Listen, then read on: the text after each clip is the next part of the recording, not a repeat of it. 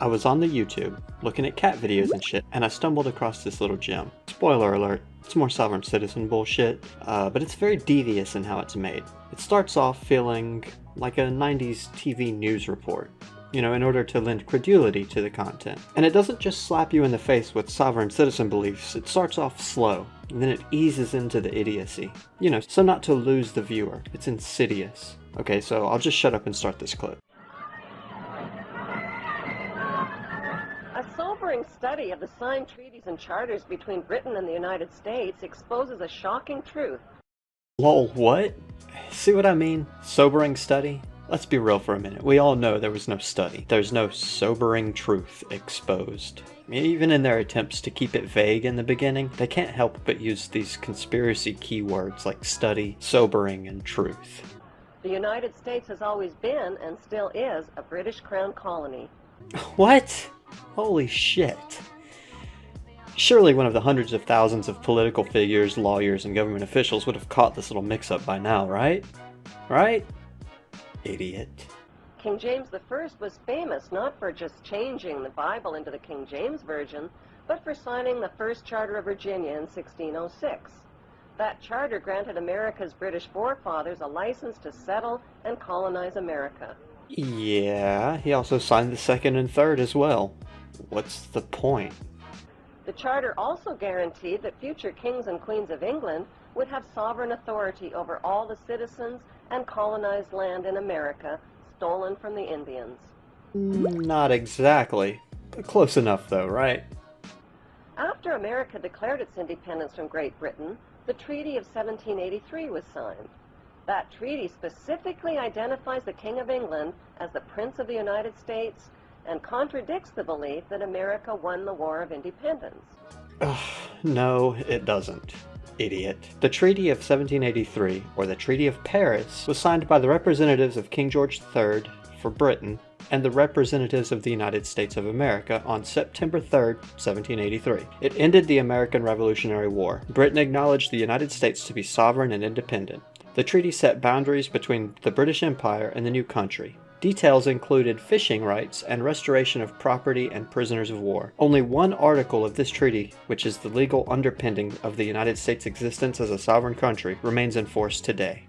Although King George III of England gave up most of his claims over his American colonies, he kept his right to continue receiving payment for his business venture of colonizing America.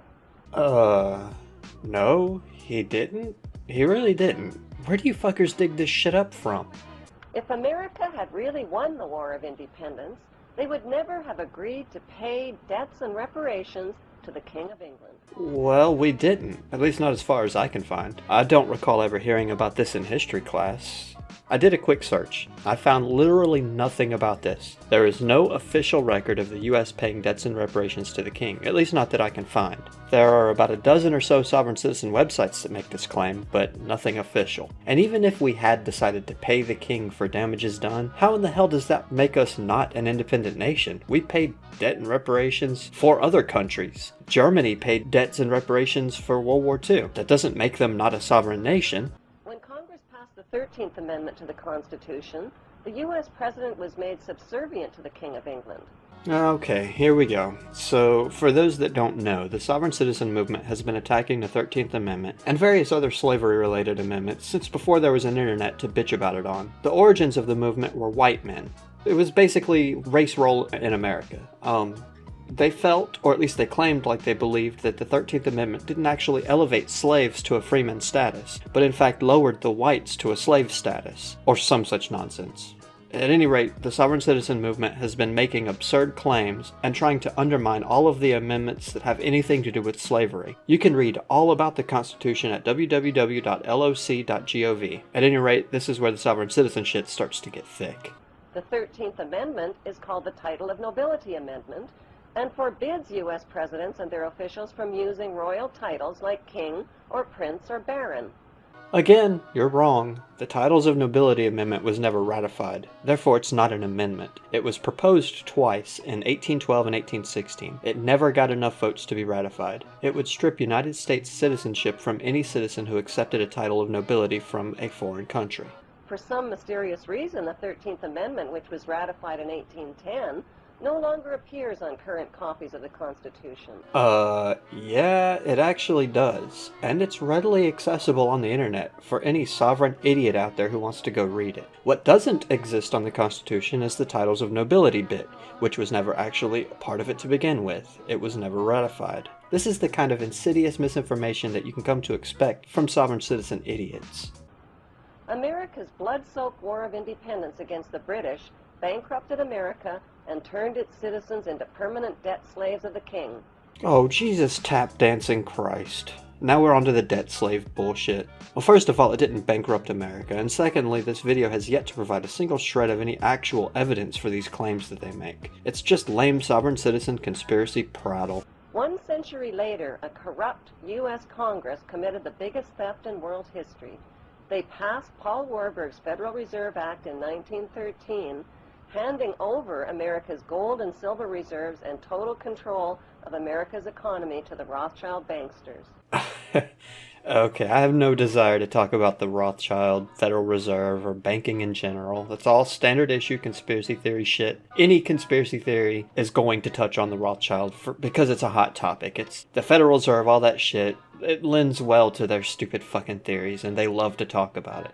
I don't really know why. Most U.S. citizens believe that the United States is a country and that the president is the most powerful man on earth. Well, yeah. I mean, most do believe that the U.S. is a country. I expect a lot believe that. I don't think anyone with any idea of how the political system here works would think that the president's the most powerful man on earth. But what's the point of this? The United States is not a country. It is a corporation. And the president is president of the corporation of the United States. Oh, for fuck's sakes. And now it's the corporation bullshit. Well, at least the idiot waited till the end of the video to start the corporation bullshit. If she had started with that, she would have lost 90% of her viewers before she got in 30 seconds. Since the United States is a corporation, who owns the corporation of the United States? Like Canada and Australia, whose leaders are prime ministers of the Queen, and whose land is called Crown Land, the United States is just another crown colony. And then she closes it off by comparing us to Canada and Australia. Well, first of all, those two countries are not colonies of the king. They are independent nations. The sovereign citizen movement likes to use a lack of knowledge on behalf of the viewer to sell a product. The product is typically legal packages that they claim you can use to separate yourself from your straw man, which is ultimately more nonsense. Anyhow, I just stumbled across this ridiculous video and I thought I would comment a little on its idiocy and share it with you guys. Also, I know it's been a while since I've uploaded. We now have a little derplet crying all the time and being a general annoyance. Soon enough, we'll be moving. Should have a dedicated room for the video stuff at some point, which means I won't have to be quiet or I can't record due to noise. In theory, it should be leaps and bounds better, and we should be able to get back to a regular video upload schedule, maybe a month or two from now. We'll see. Anyhow, thanks for watching this video.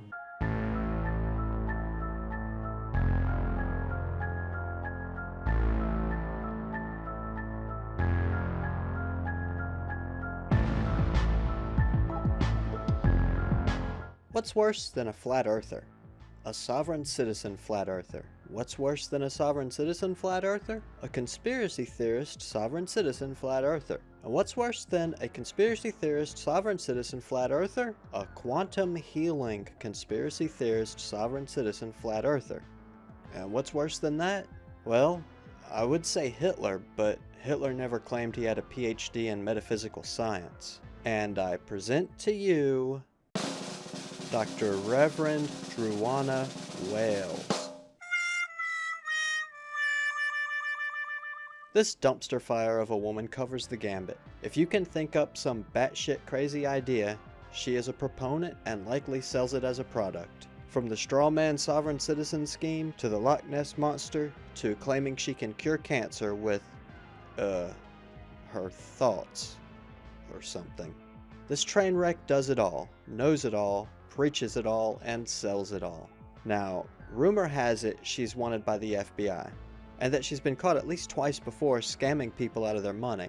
It's the standard sovereign citizen scam, where she offers some magical legal package, which they can then file with the federal government, and the government will send them billions of dollars, never make them pay taxes again or whatever.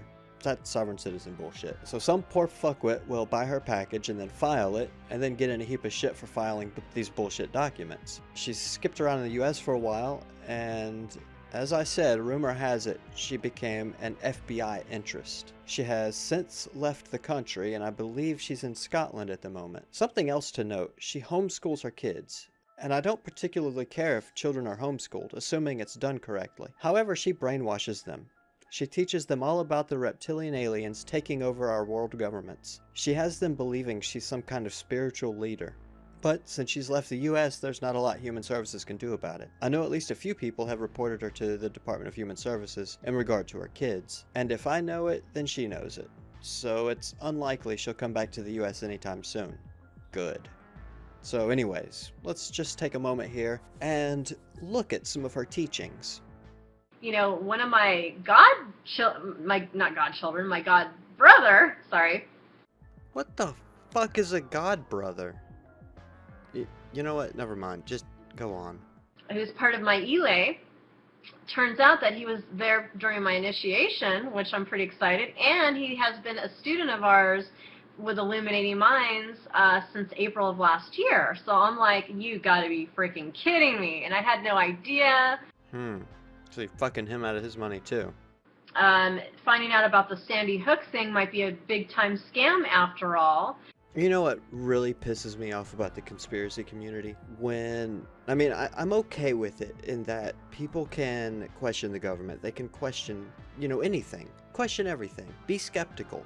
But when you take an event where people died, where we know for a fucking fact people died, and then you try to write that off as a government cover-up, a false flag, or what the fuck ever fucking terminology they're using now. It's shitting on the graves of the people that died in this event. Sandy Hook was a bad thing, and children, undeserving children, lost their lives. And people like this fucking cuntbag are gonna go and say that it was a false flag, a cover-up, a conspiracy, that it didn't happen, children didn't die. It makes me sick. That statement alone she just made is enough justification for me to go beat the dog shit out of her. Unfortunately, she's out of the country now, but yeah, I hope she gets hit by a fucking bus. When I was hearing about the children getting, shot and everything, I was a mess. I was just freaking teary-eyed. I look like hell, okay?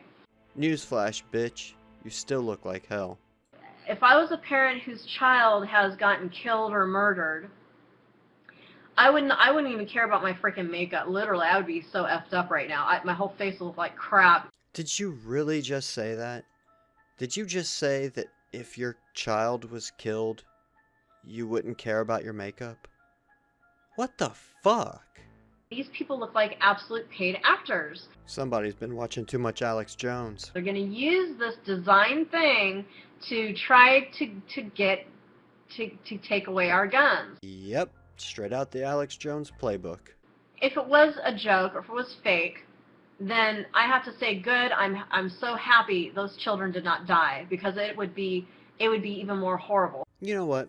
I've got a little message to everybody out there who claims that Sandy Hook is a false flag, or claims that 9/11, that a bunch of people didn't die, claims that no airplanes were used, claims all these stupid, weird-ass fucking conspiracies. Every one of you, with one of these claims, take your proof, take it to a judge, and in court, address this shit. Until you have that proof, until you can go to a judge and present that fucking evidence, shut the fuck up. If you believe that the earth is flat, the earth is flat. If you believe that the earth is round, the earth is round. That's how powerful your belief is. It doesn't matter who's right or who's wrong. You are always right, and I've always told other people that would actually did not agree with my teachings. They say, oh, this is wrong, it's fraudulent, it's a scam. And I said, you know what, you're probably right, because if you believe that, then you're right. Then it is a fraud, then it is a scam.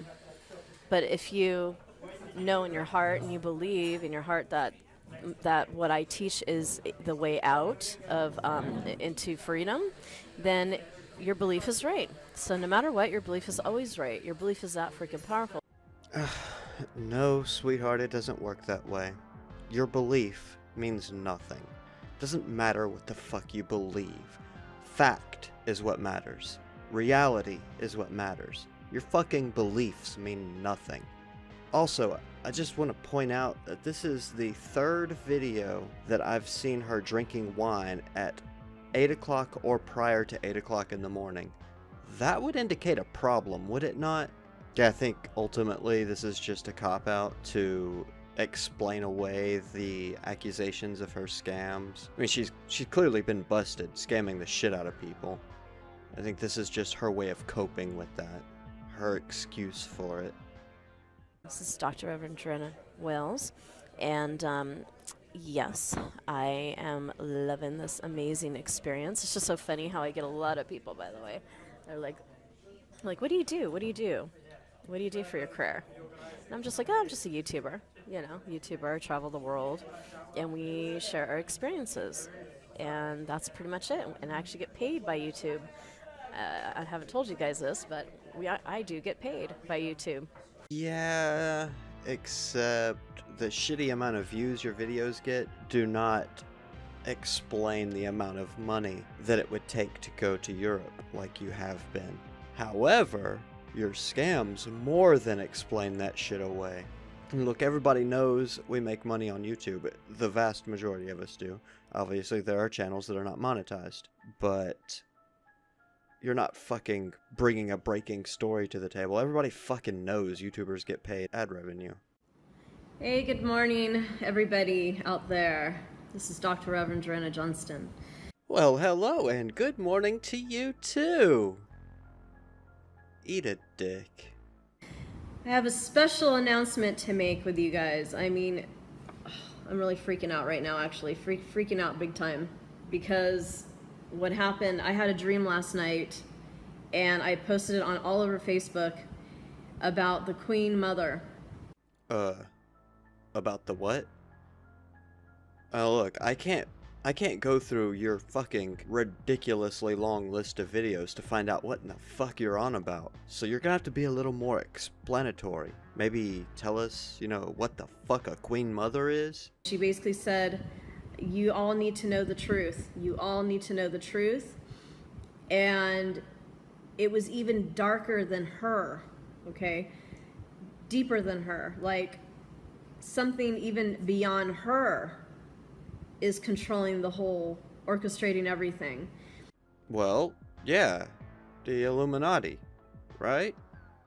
In the dream, she was dressed up in some type of garb, some ritual garb, and it looked scaly, like a scaly robe or something like that. And she was childlike. Maybe it was something that I saw in a dream where she was acting like a child. She was kind of a child, or when she was younger, like she wasn't really sure what was going on. It was like little glimpses of things about her. And she's walking down the hall and wearing one of those Vatican hats, like the ones that's like a pine cone, and just walking down the hall. And it was a ritual, and she was surrounded by people that were of the Vatican. Yeah, for those of you that didn't know, this is what batshit insane actually looks like. You're watching real time as a person spills out their insanity, so you won't see this every day. Take note of this. This is something that should stick with you the rest of your life. I don't know.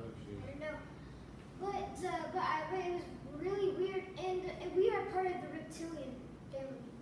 No, we're not part of the reptilian families. No. Hell no. But our DNA is. I know. Our DNA is, because.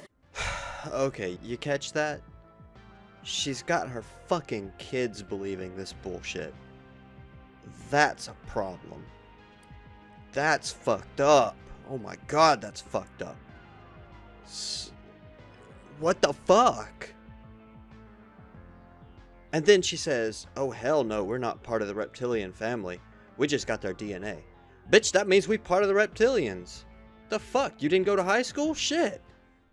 We're literally being ran by draconians. I mean, even the police officers, some of them are. They showed a police officer like he was the head commander. He's a freaking draconian. Anybody else read Dragonlance? Look, I guess I'm gonna close this off now.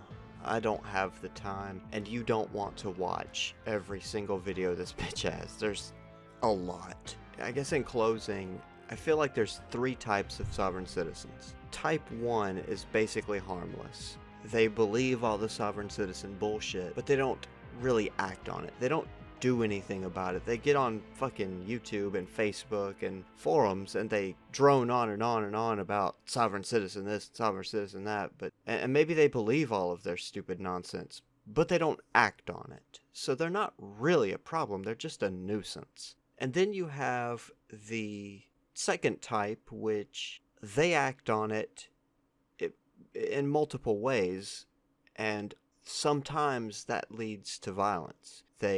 For one, they fill the court system up with bogus paperwork. They file liens against other people's property. They're a general nuisance and a problem to society. But then when they feel like they're backed into a corner, they genuinely believe that they're in the right, they get violent and they kill people. And then there's the type like her. Now, I don't know if she genuinely believes all of this bullshit she's spreading, but she is definitely selling it to other people who do believe, and she's making a huge profit on it. These packages aren't 20 or 30 bucks. The smallest one is $500, and she's doing them all the time. She is a nuisance. She is probably not as bad as one that goes to the courthouse and shoots a judge, but she's pretty fucking bad either way. Anyhow, that's me done. Peace, fuckers. Okay, so I was looking at some of my older videos, and, well, crying. It was really bad. To be fair, I was and still am learning. But I was thinking, I should probably either delete this garbage or remake it into something better. Now, normally I would immediately call bullshit when I see another YouTuber uploading or re-uploading the same crap in order to milk views out of it. But in this case, I think it's reasonable. I won't be making the same content. I'll be adding to it, saying more, giving it a better edit pass. So think of this more like as when a game is released a second time as remastered. Which is also bullshit, but whatever. I will also, in the case of the Alex Jones video, be leaving the old version up as an example, so you can see how my editing has changed over the last year. I think it is admittedly better. But it also now takes a lot longer for me to finish a project. I need to find a method that works and takes less time. Anyhow, that said, here's the Alex Jones video remastered and converted to a deeper look at Stupid series.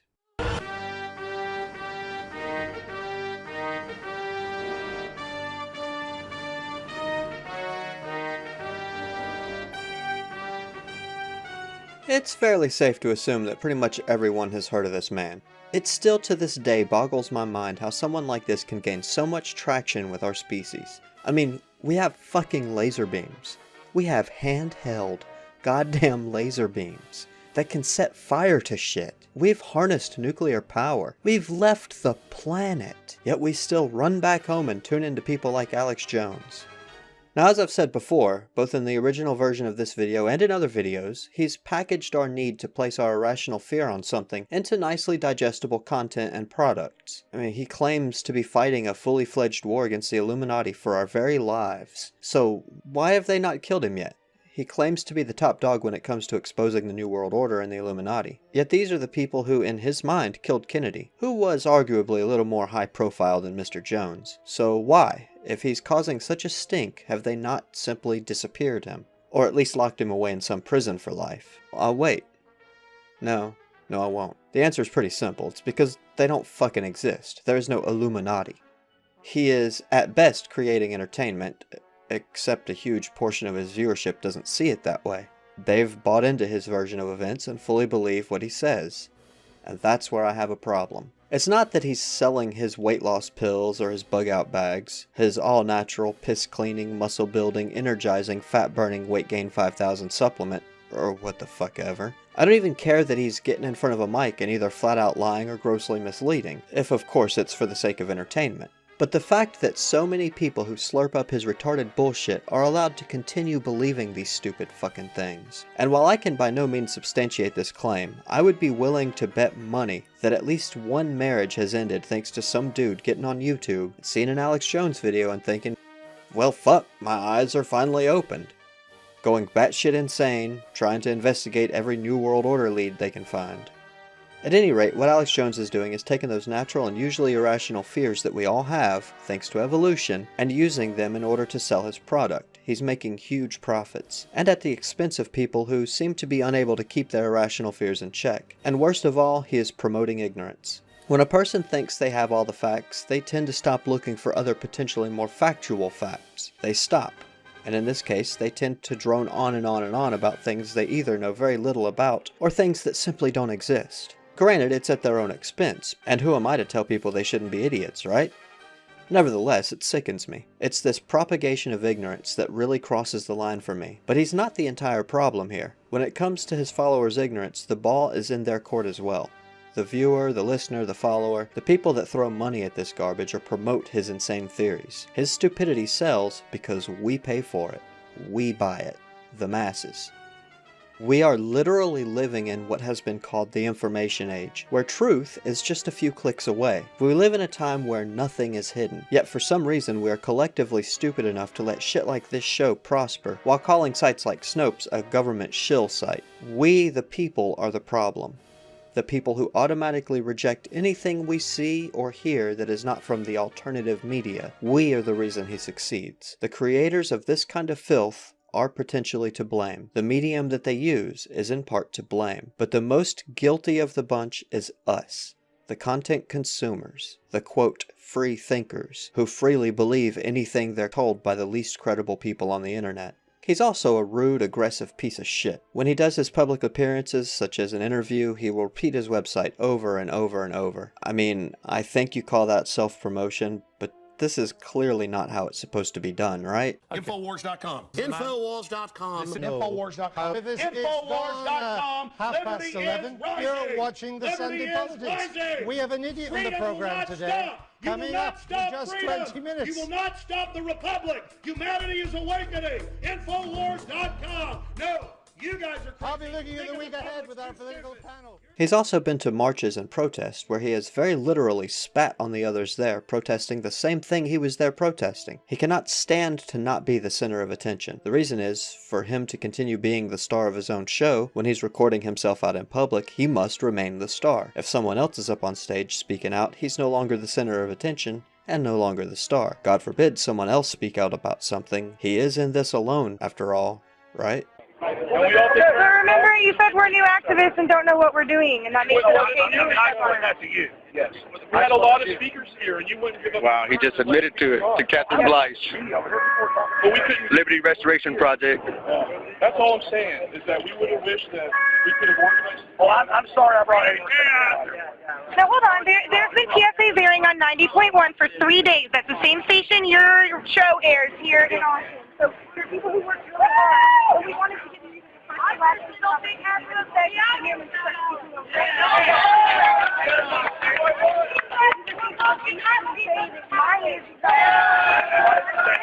You don't know what you're doing. Because I'm over talking to you. Look, you got a hard on from me. No, I'll be here. I'll be here in 20 years. I'll be here in 20 years. You are the reason I knew about the Maya report. You were the reason that I went and tried to take that down, and now you're. Damn, don't you think I've run into people when it's in my own rally before telling me I can't speak? We're not asking you not to I don't speak. care. It's not like it's some. I speak. I thought you said you didn't want to speak here. I thought you said you didn't want to speak here. You said you didn't want to speak here.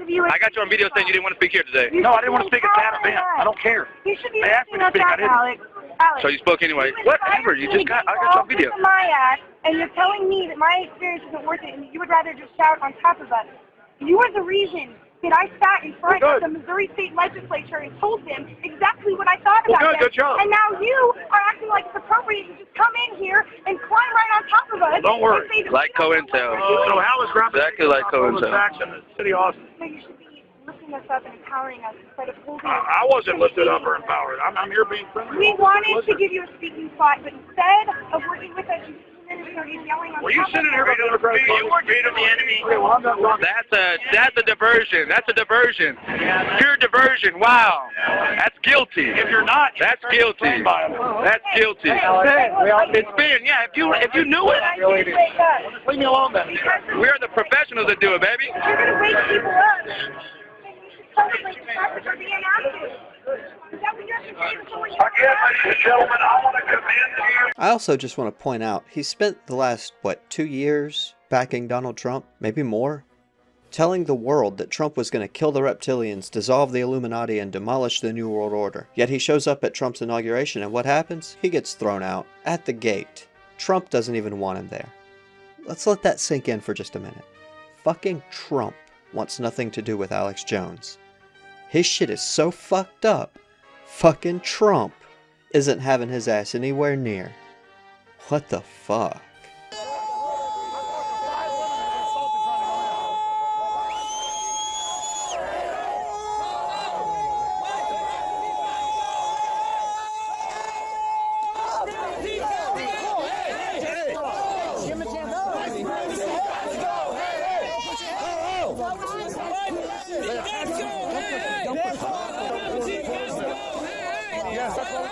All these people are coming down targeting women by the phone. They got the cops here. Here we go. I'm going to take them. Here you go. Here you go.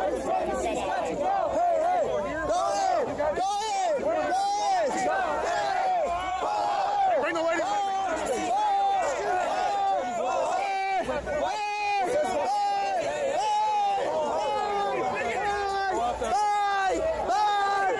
He likes to claim his radio show has 3 million listeners a day. I seriously doubt that's actually the case. According to Forbes.com, his show is daily and hits approximately 2 million listeners a week. That would math out to 280,000 a day? But whatever. He also claims his YouTube videos get 50 million views. Well, I'm simply not seeing that looking at his channel.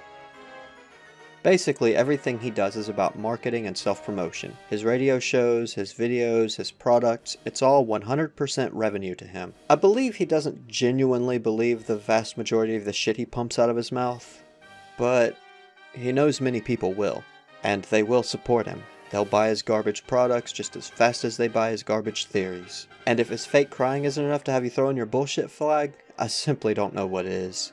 God almighty.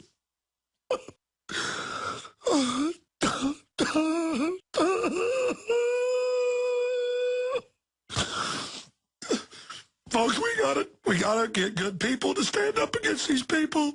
God.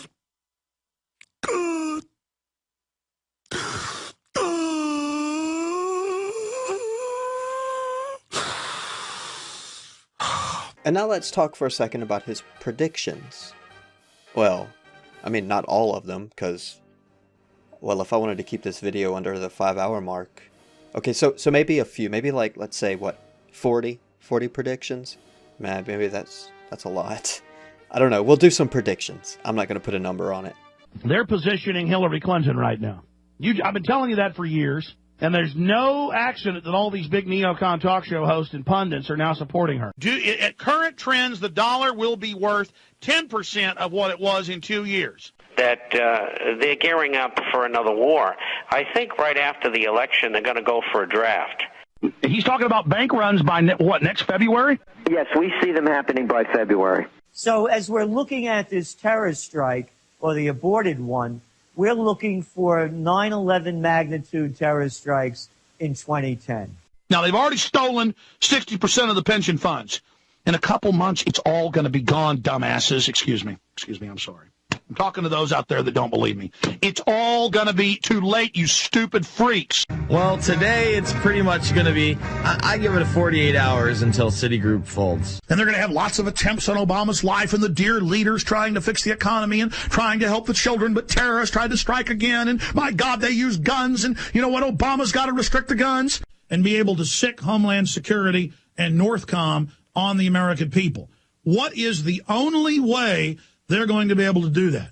By staging a fake assassination attempt on Obama where he survives or where he is wounded. Their ace of spades is to stage an attack on Obama. And they are getting ready for this to demonize the opposition and bring in a massive crackdown. And I already was worried about this, but I didn't want to come on air. I wasn't 100% sure. But after I've seen what Glenn Beck has had to say and others, clearly they are threatening him. They are menacing him.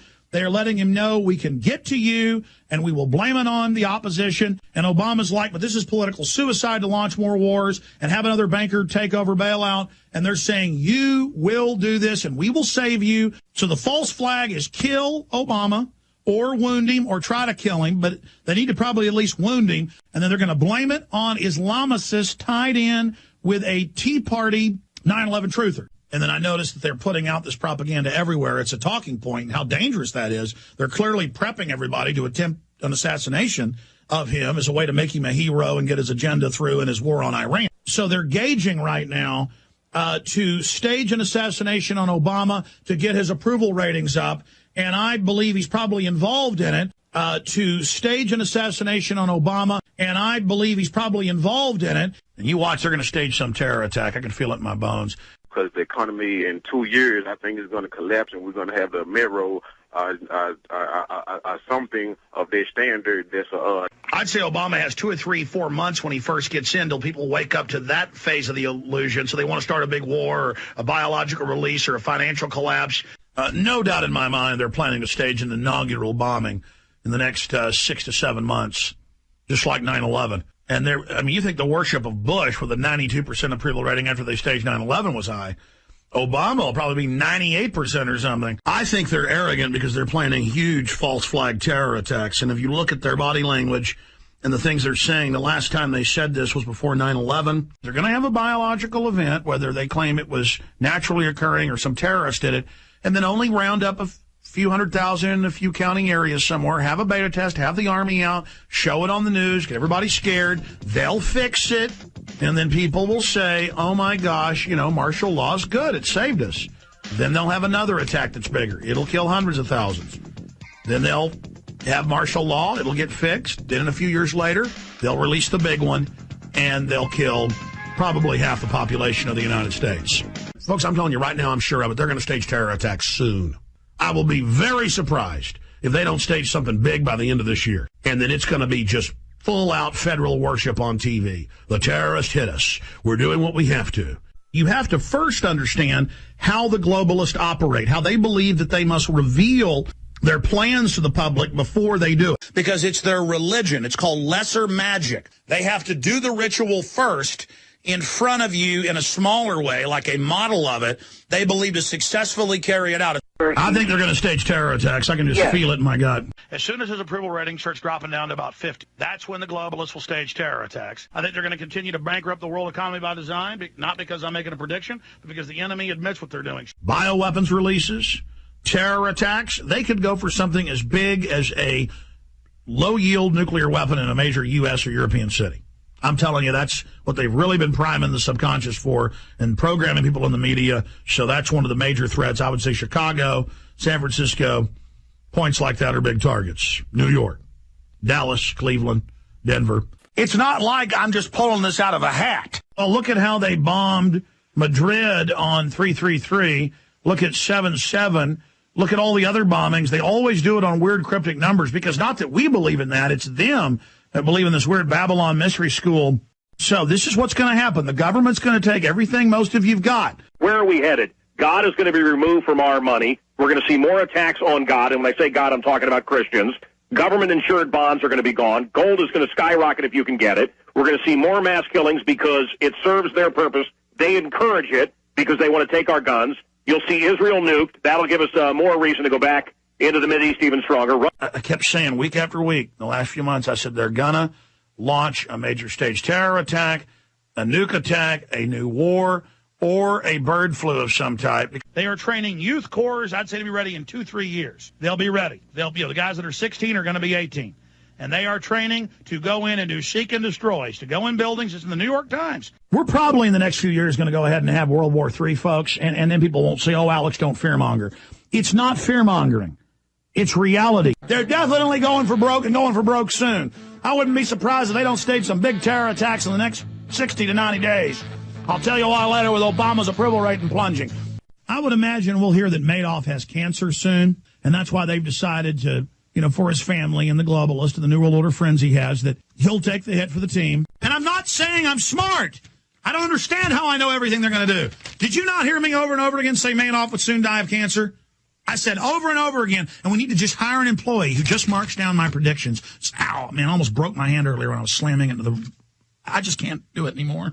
Obama's in Russia, saying he wants to be big friends with the Russian President Medvedev. That means he'll probably launch some new sneak attack on South Ossetia. See, if Obama says he wants to be friends with you like he did 2 months ago or a month and a half ago in Cairo, look out, you're about to be attacked. I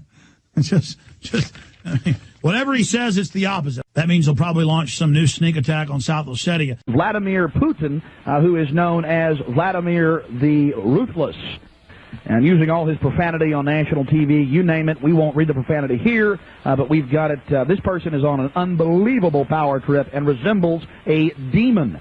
The war in Chechnya is raging in Grozny with, reports of hundreds to thousands dying, 20 to 40,000 civilians trapped in the city. Russian Hinds are being shot down. Tanks are being blown to bits.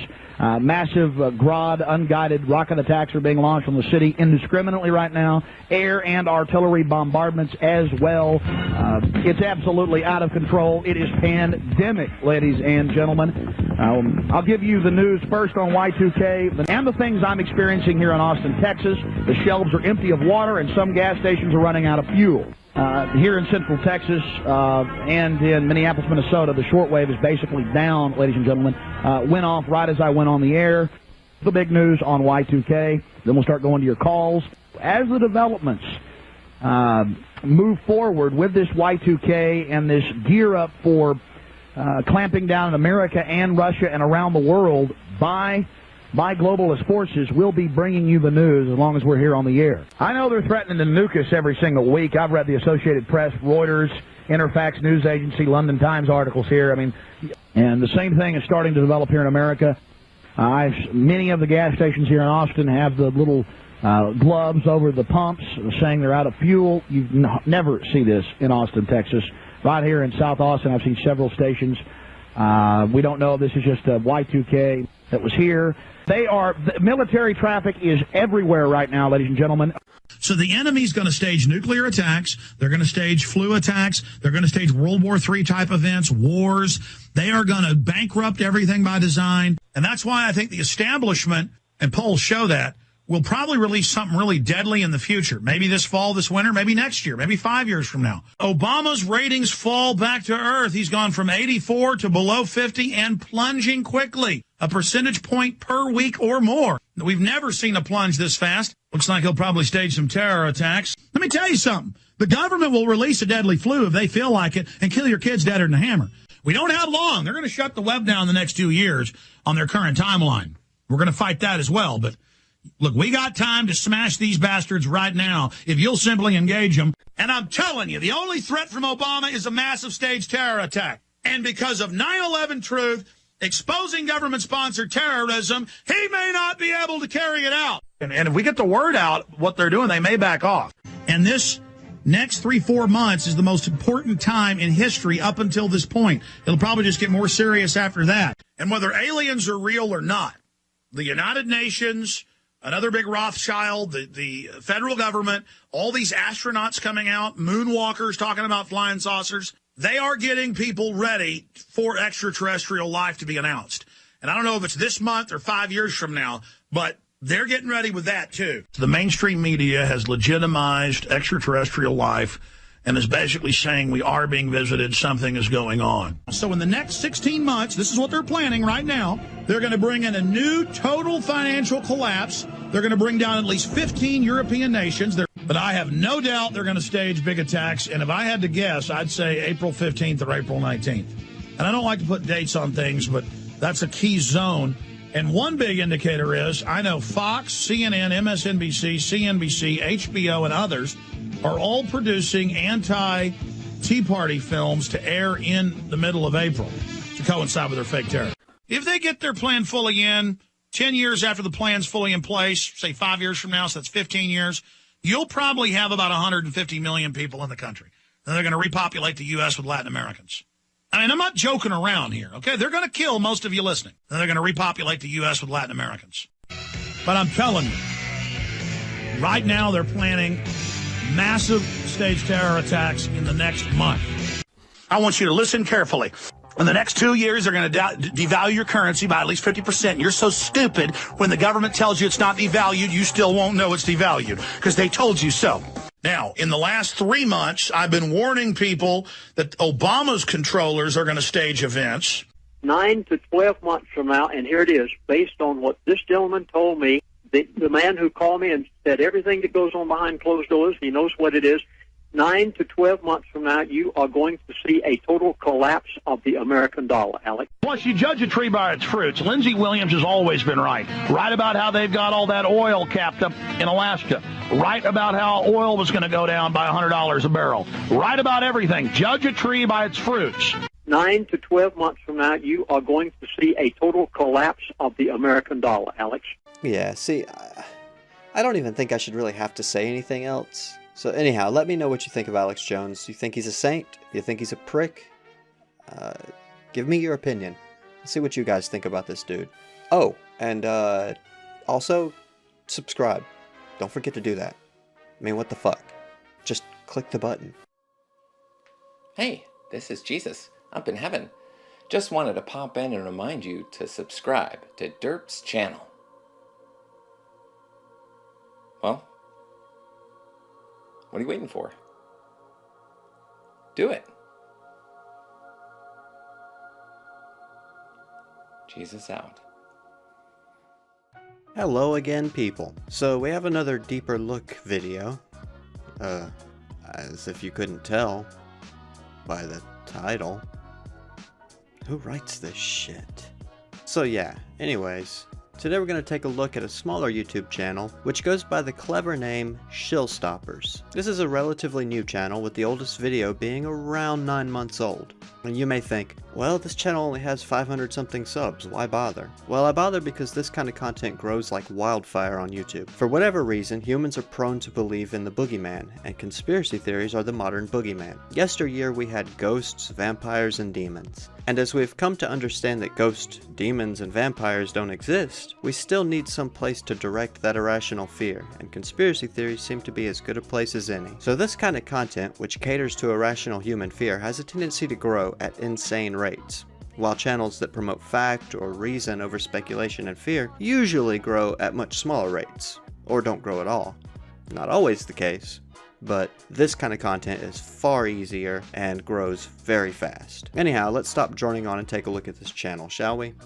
First thing to note is that despite the channel being relatively new, the owner seems to know what he's doing. His thumbs are relatively engaging, his channel is set up properly, he's promoting his social media, he has a Spreadshirt store with decent quality designs. Granted, they're stupid in their message, but they're decent quality nonetheless. We have a variety of videos with titles such as Moon Landing Hoax, Jew World Order, Mars Mission Exposed, and the like. There's a significant slant towards Christianity, which I've noticed a lot of conspiracy channels are now taking. It would seem there are a lot of conspiracies which in one way or another reference the Bible. As such, the theorists, whether they actually believe what they're saying or not, tend to have to fall within the religious group.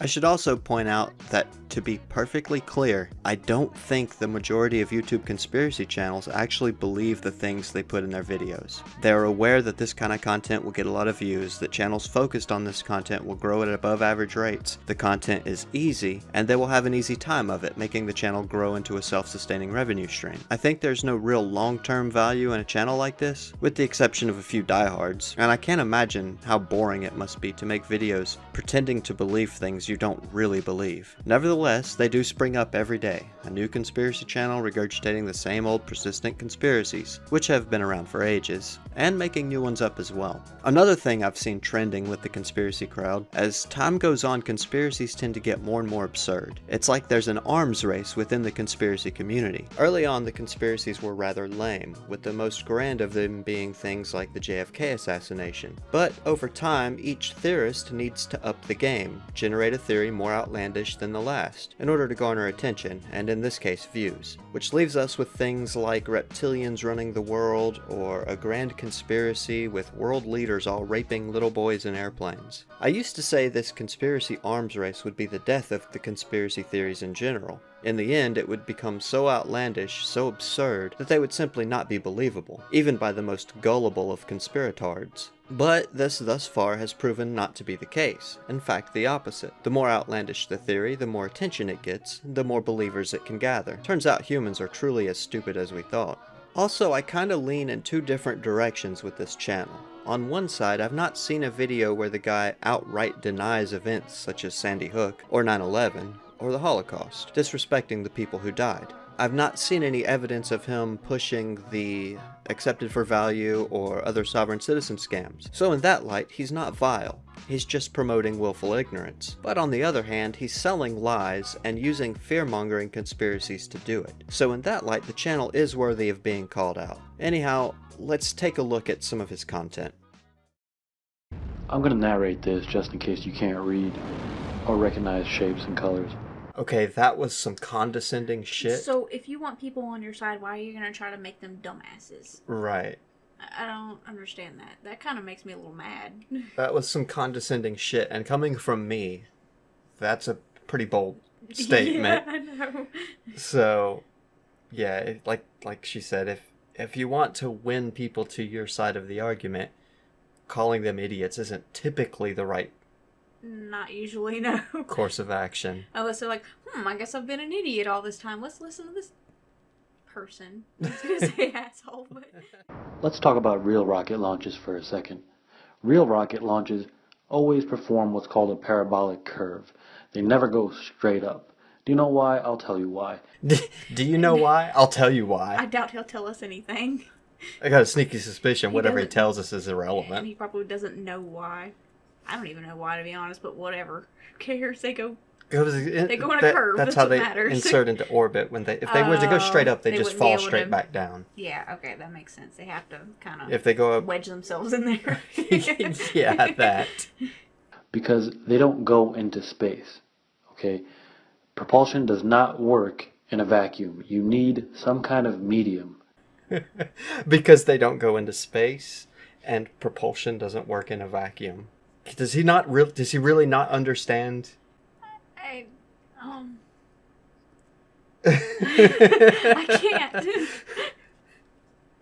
I can't do this. It'll work that way. The same way a propeller plane works, the same way when a bird flaps its wings, the same way that you're able to swim in water. Water is just another medium. And the same way we can crudely swim through water, birds can fly through air.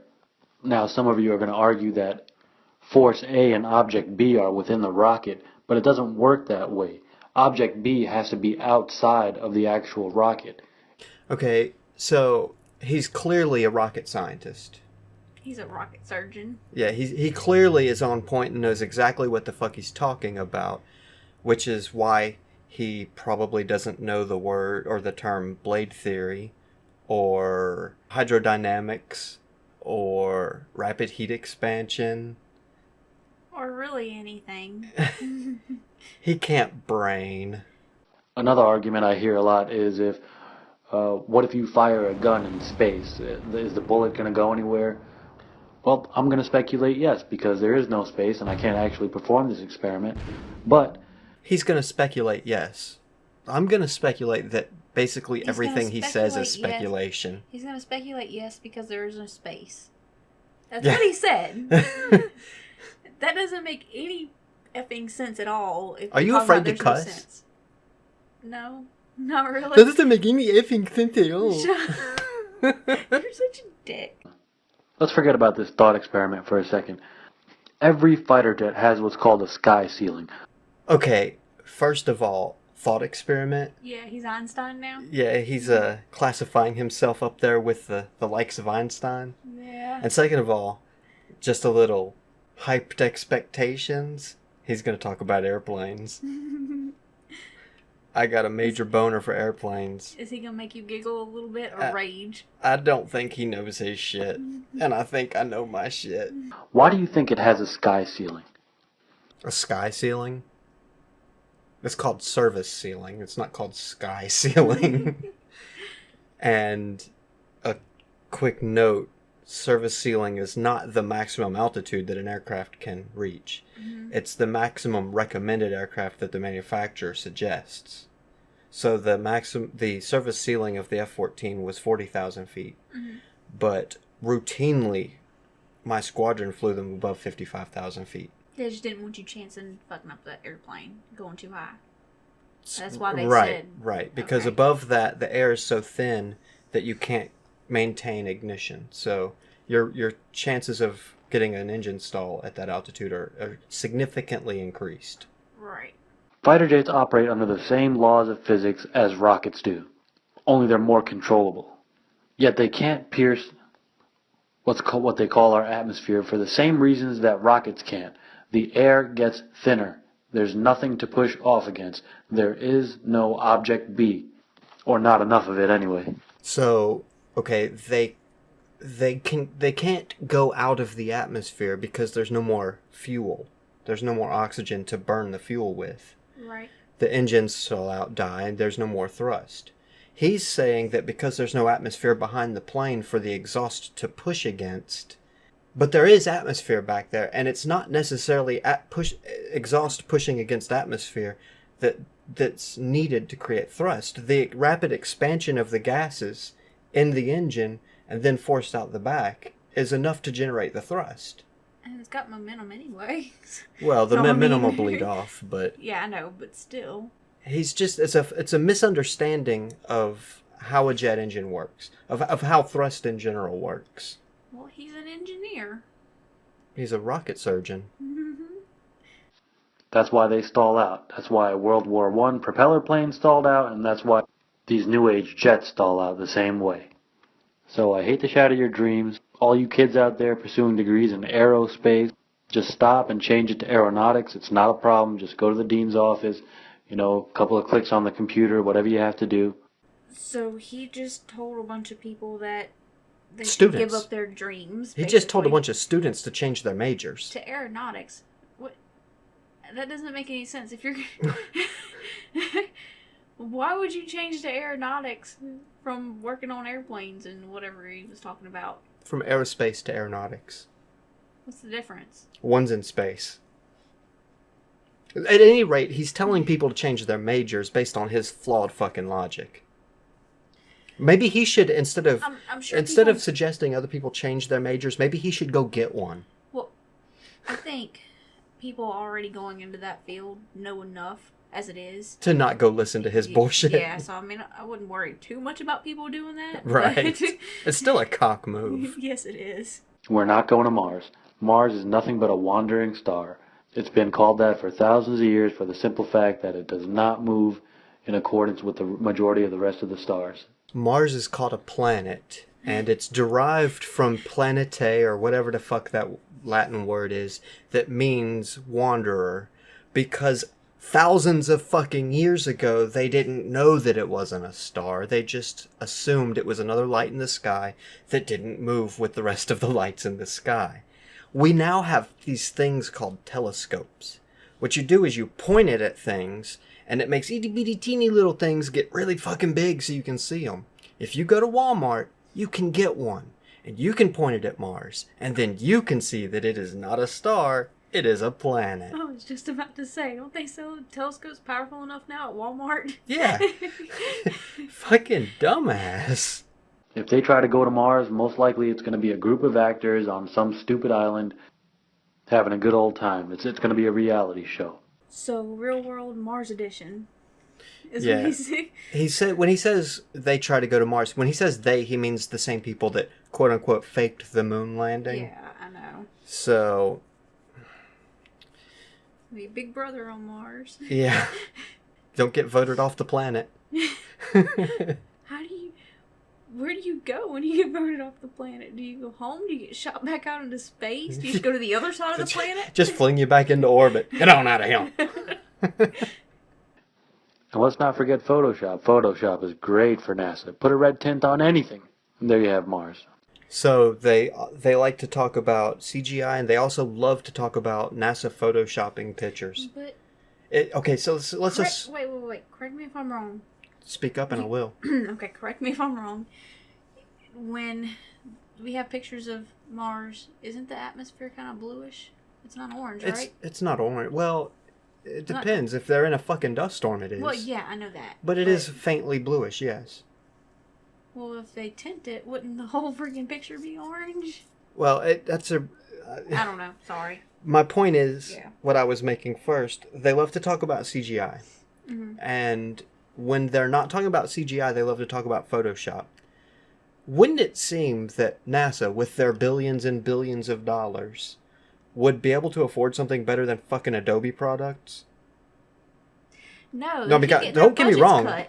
Don't get me Don't get me wrong. Photoshop's good. Yeah. But GIMP's free and it's kind of better. And but you would think they would have like something proprietary that's in-house that's much, much better at faking this shit. In fact, I watched another one of his videos that he just uploaded today. Well, I watched a portion of it anyways. And it wasn't his video, it was a video he stole from another person and re-uploaded to his channel.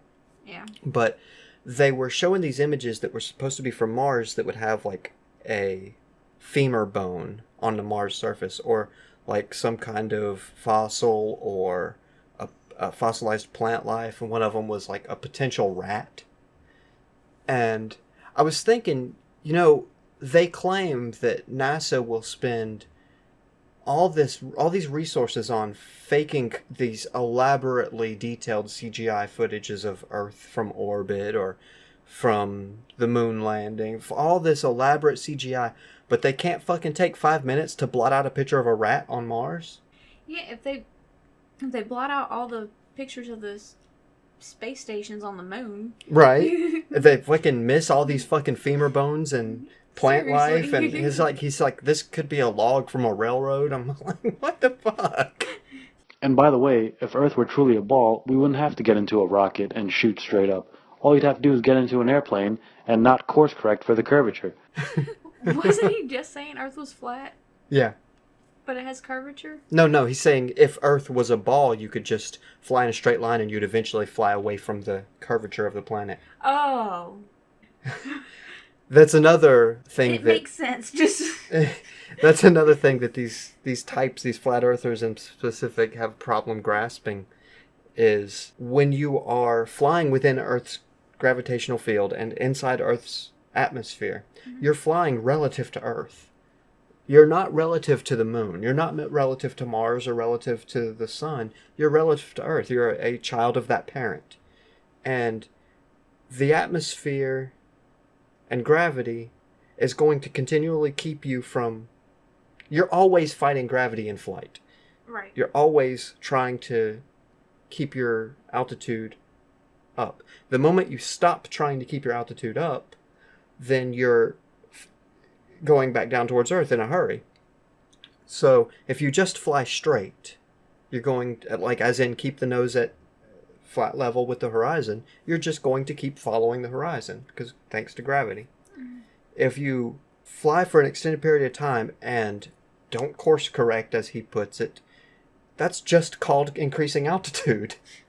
That's not called leaving Earth or anything. It's just increasing your altitude. It's just a fundamental lack of understanding. And why is there so much smoke billowing from these rockets? Every engineer understands that if there's smoke coming out of an engine or a rocket, then that means it's not burning fuel efficiently. Okay, well, first of all, rocket engines are notoriously inefficient. And secondly, my brother's an engineer. He doesn't know anything of the sort. Some of that's steam, too. I mean, it's not all smoke. No, there's no way it could be that much. I mean, I know they carry tons and tons and tons of fuel and stuff. Well, but there's no way that can be that much smoke. it's some of it's steam. It's irrelevant, though. What's its efficiency got to do with its ability to escape gravity? I don't think... It doesn't have anything to do with it. If you fart hard enough, Yes, you'll it leave the does. damn atmosphere. It just does. You just have to nod your head and go with it, because that's exactly what they do. They nod their head and go with it. But how cold can it be? National Association of... Now, this isn't really related to the conspiracy aspect of the channel, but this is just a good example of piss-poor, lazy-ass editing. You notice the sound quality from one cut and to the next cut is dramatically different. Now, I can't be accused of having the best sound quality, or the best video editing skills, or the best commentary. Or the best anything. Or the best anything, but at least I try. And that's evidence of not even giving a fuck. And somebody tell me why their computers are labeled. Do they not know where to sit? Does it fucking matter why their computers are labeled? They're probably labeled so they'll know where the fuck to go, because maybe they go to different fucking workstations. Maybe they fucking work in different buildings. Maybe the layout for what computer does what and is positioned where changes on a regular basis. Does it fucking matter? For security reasons, that would be the smart thing to do.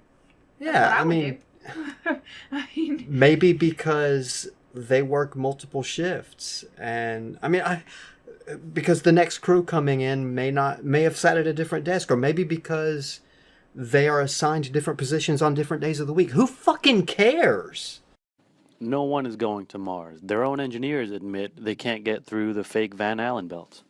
Okay, so no one is going to Mars. The engineers have admitted we can't get through the Van Allen belt. Let's just take a moment and do a quick Google search. Okay, so the engineers admit nothing of the sort. You're just pulling shit out of your ass.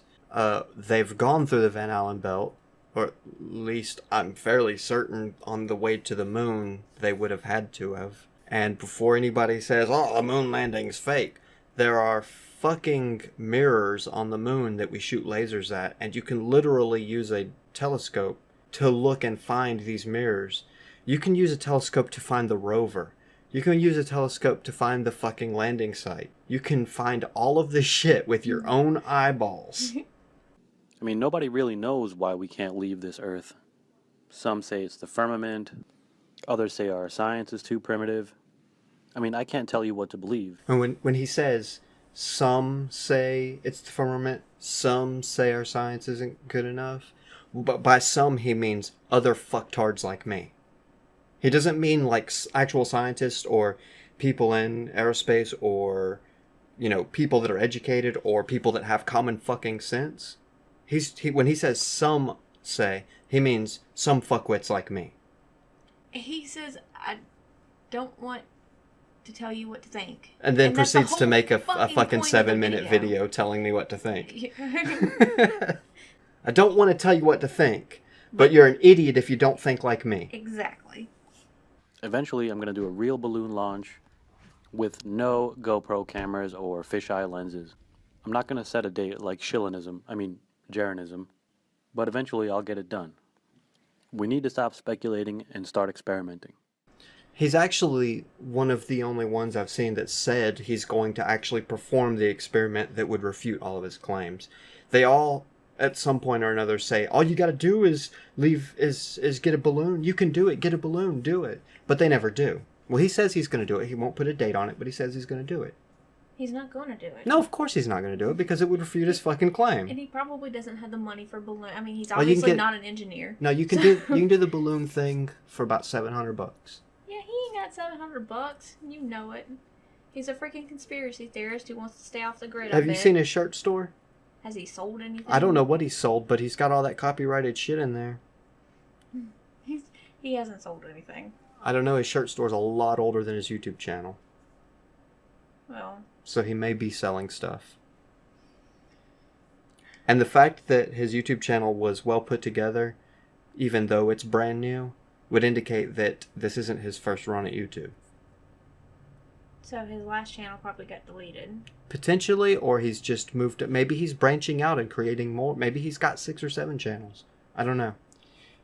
What I do know is he's right. At the end of that clip, he said, what we need to do is stop speculating and start experimenting. Mm-hmm. Absolutely right. If any of these fuckwits would stop speculating and start experimenting, they would be forced to shut the fuck up. Except they're not going to do it. Because they want to be right. Well, they're either not going to do it because then they wouldn't be able to continue making YouTube ad revenue by spouting conspiracy theories, or they don't want to do it because they are locked into this ideology that they're right and they don't want to risk being wrong. Right. At any rate, I think that's about all. I hope you all enjoyed fuckwitology or whatever his religion is. Peace. Fuckwoodology? Really? Peace, fuckers. By this point it should be fairly common knowledge that YouTube has a significant amount of nonsense piled into the mix. And while content can be a bit of a subjective term, I mean what's good for you may not be good for me. You may like something that I find appalling. I may like a video or genre that you can't stand. These are all acceptable opinions to have. It is my opinion that list channels are trash. If your YouTube channel makes frequent use of the word 10, top, verse, list, 5, or 15, then I'm sorry, but in my book you generate low effort content for the lowest common denominator. I get it, the content sells. People watch it. But let's face it, YouTube, much like Earth, is littered with low expectation mouth breathers.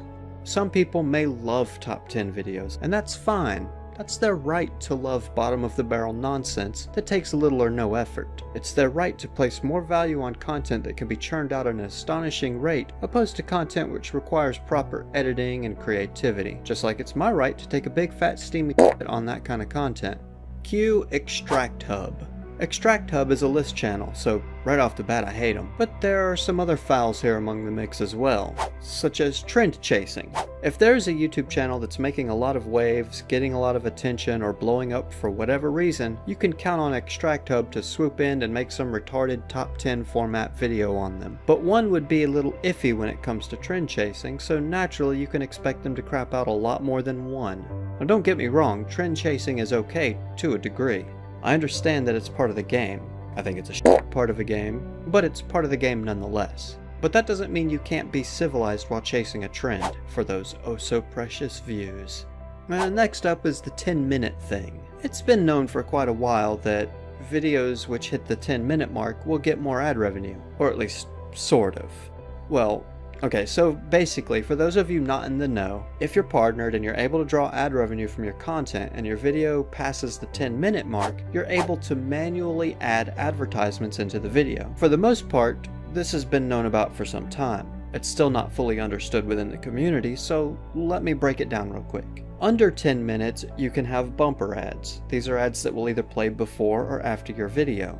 Over 10 minutes and you can add mid-roll ads, which will play during the video. However, YouTube will never play an ad to any one individual user more than once every 10 minutes. If your video is 10 minutes long and you have a pre-roll, post-roll, and mid-roll placed in your video, you'll still only get one ad view. 2 if your video is a hair over 10 minutes and the viewer has not already been pummeled with ads from AdSense. So, when your video is 10 minutes long and your manually inserted ad placement looks like this, you're an idiot. You have 330,000 subscribers, and yet have no grasp on how the ad system works? This is pretty telling. Also, there's a checkbox when you upload where YouTube will look at your viewers and their activity and strategically place ads that are most likely to get the most views. One click of that button and you no longer have to litter your video with these little yellow specks of ignorance. And I'm not done yet on the 10-minute thing. If you have a video here and there that hits exactly the 10-minute mark, that's fine. If it organically lands at 10 minutes, great, whatever. But this is not organic. This is intentionally padding your lackluster content in order to make it hit the 10-minute mark so you can jam in mid-roll ads on the off chance that one of them might score you an extra half-cent. This is what scum does. And PewDiePie, your ass is next. Multi-millionaire churning out 10-minute videos for mid-rolls? Come on.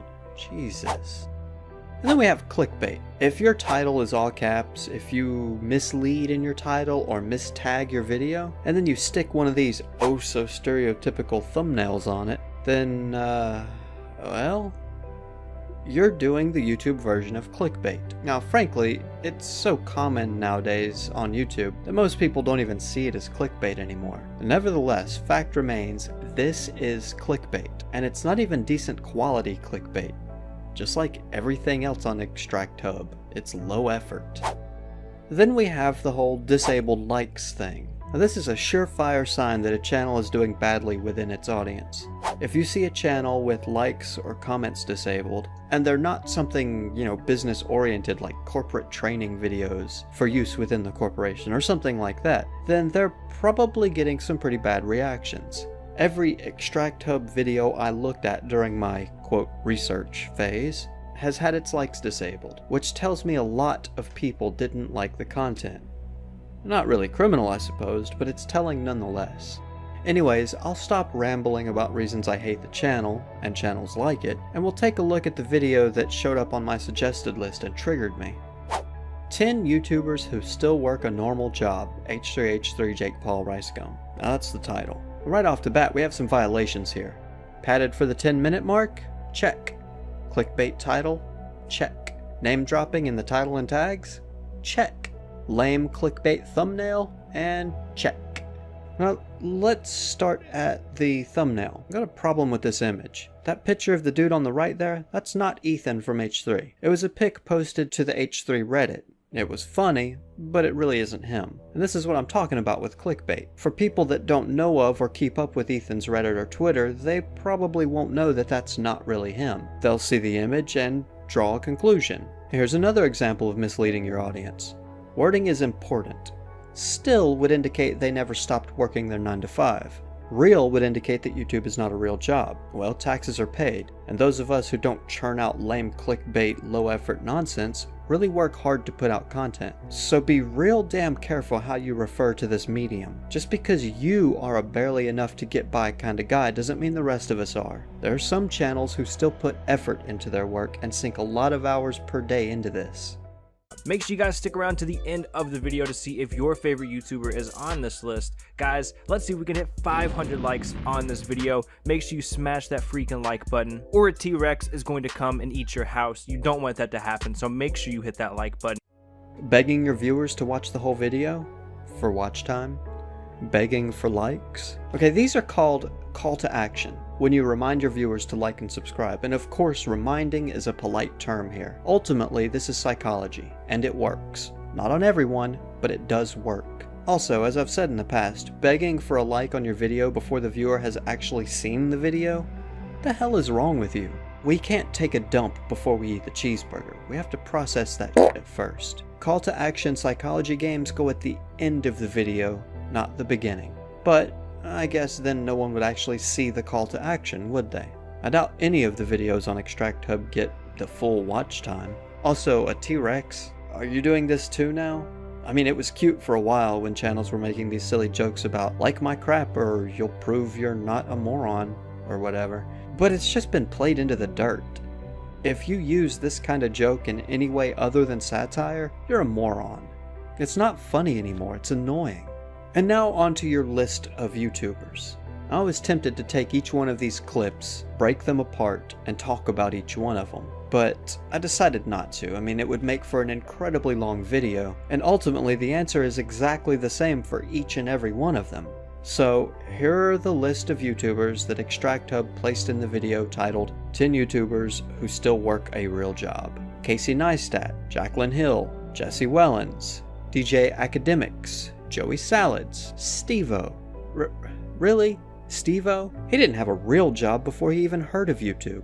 He was famous before he was ever on YouTube. Then H3H3, Jake Paul, because gotta get Jake Paul in there somehow, and Ricegum, fucking Ricegum, and then KSI. So there's the list. Would you like to know the connection between all these YouTubers? Well, you got it. They're not still working their normal jobs. Some of them have not worked normal jobs in years. In fact, I'm fairly sure Ricegum has never worked a normal job his entire life. When he started his career online by using bots to steal actual viewers from actual streamers, he was too young to get a real job. But anyhow, all of the people on Extract Hub's list here, and all of their normal jobs listed that they still work, are online media related. These are jobs that would not have been possible before the YouTuber in question made it on YouTube. They have these additional sources of income thanks to YouTube and their channel, not in spite of them. These are not jobs that took precedence over the content creation they were doing. It was in every single case jobs that became available thanks to their content creation. Okay, I'm done. I think I've said enough, and I think the kid's waking up. So remember, if you like this video, smash that fucking like button. If we can get 18 trillion likes, I will mail a random viewer $100,000. And if you don't subscribe to my channel right now, your junk will shrivel up and fall off. Alright? Peace, fuckers. Hey, this is Jesus, up in heaven. Just wanted to pop in and remind you to subscribe to Derp's channel. Well, What are you waiting for? Do it. Jesus out.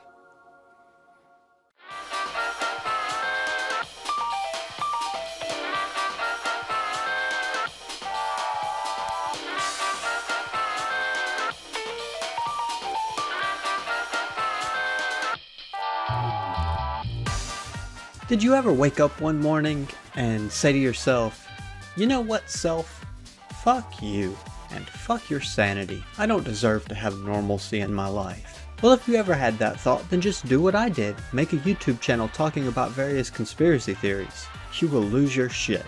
And now I present to you Damn Von Bon Daisy Dipshit Extraordinaire.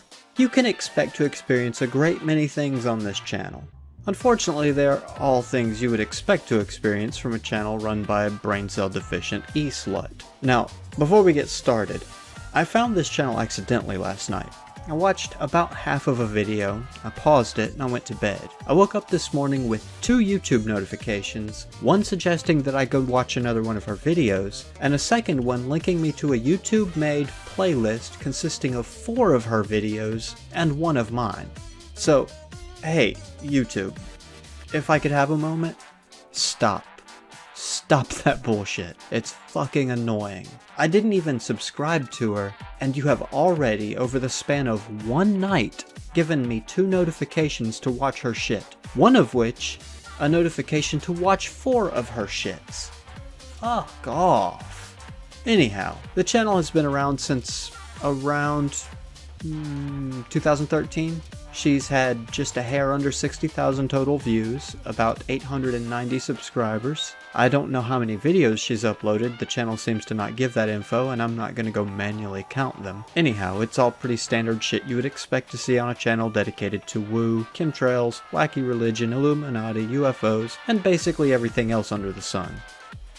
Oh, speaking of the sun, this train wreck in slow motion seems to think that if you take a camera and stick a CD or whatever over the lens and then record the sun, you'll see, portals, I think, or whatever.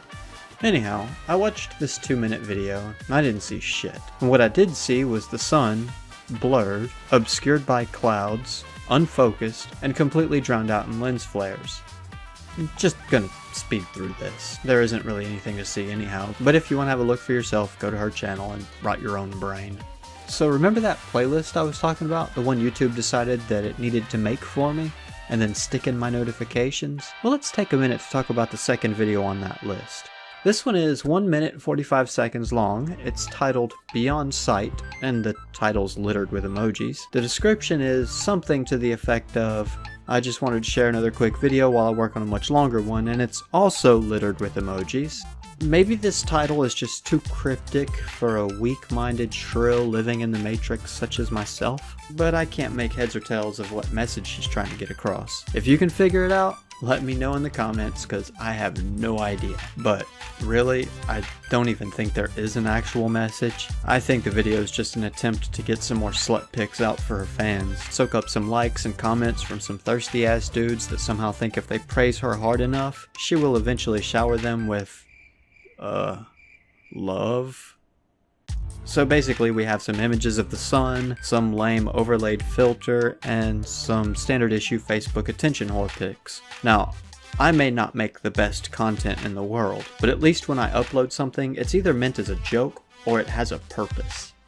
Okay, then you can find other magical gems on her channel, such as Truth in Front of You, which is a 3-minute long video of a plane flying across the sky with, you guessed it, the sun, glaring the shit out of the lens. I think that one's supposed to be a chemtrail video, but fucked if I know. Then there's a 4-minute video titled Early Morning Sun Simulation. The description reads, hey guys, due to the awesome and positive feedback, I wanted to share with you more of my sun simulator truths. Please enjoy XOXOXOXOX. The video, however, is just literally 4 minutes of the sun in overcast skies with no narrative, no explanation, no revelation of truth.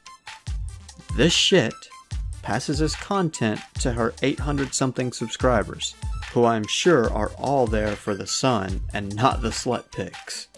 And then there's proof 110% Sun Simulator is real. Can't believe this. Amazing capture. Well, first of all, 110%? I mean, I know that's like a saying and all, but if you're gonna try and have your viewers take you seriously, don't use things like 110%. The description reads, "Hey all, just wanted to see what you thought of, or if you're watching the longer version before edits are done, this FF version of the sun, quote, sun I've caught. In the middle, you will see 2 objects appear. Please pay extra attention to the end. Let me know." So, let's just take a moment and look at the middle, shall we? You see that? Those 2 objects? Well, since it's clear this video is sped up, let's slow it back down and see what those 2 objects are, shall we?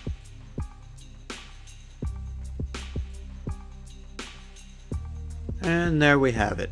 There's our 2 objects. It must be painful to be this stupid.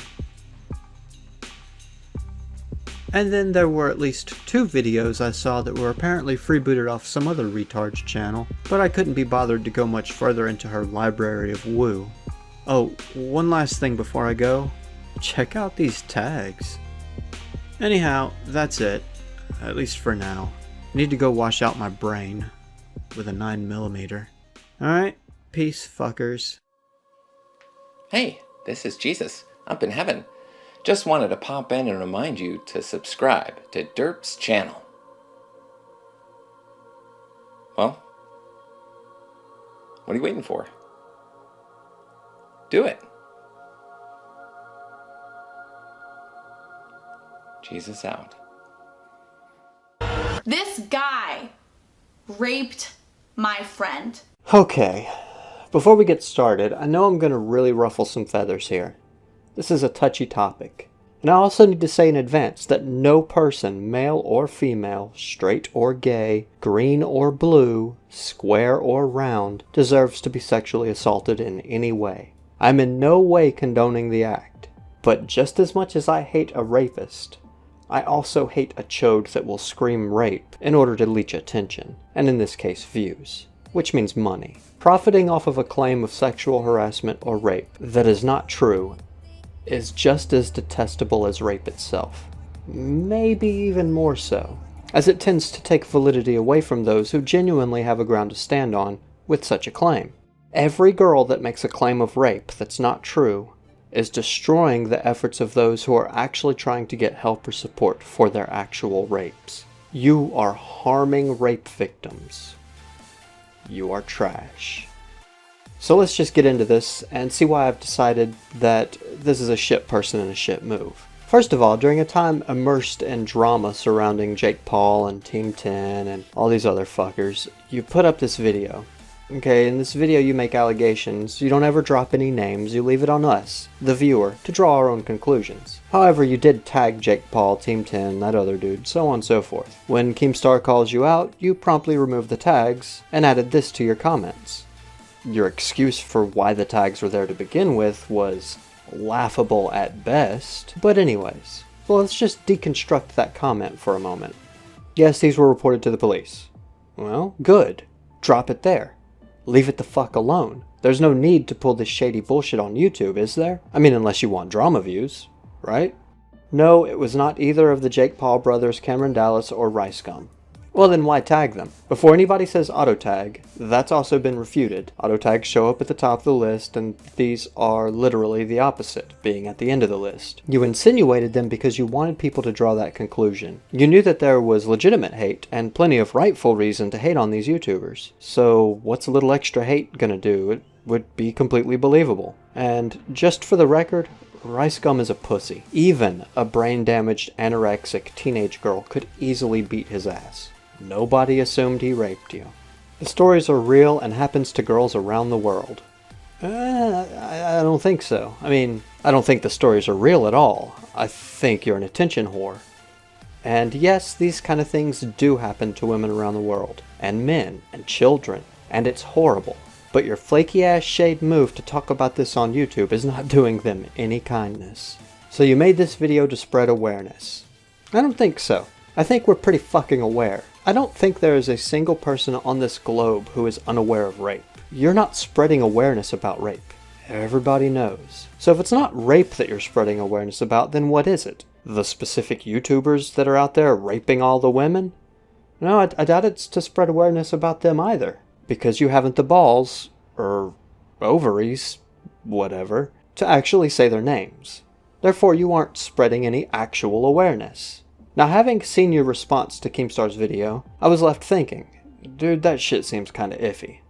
I'm kinda having trouble taking all this shit seriously. But I didn't think much about it, right? I mean, this is YouTube. And as much as I would like for people to treat the platform like something more than a high school homeroom, the reality is that kind of childish shit is what profits here. So I've kinda come to expect it. But the more I thought about it, the more angry I got, finally deciding to take a deeper look at stupid, as it were.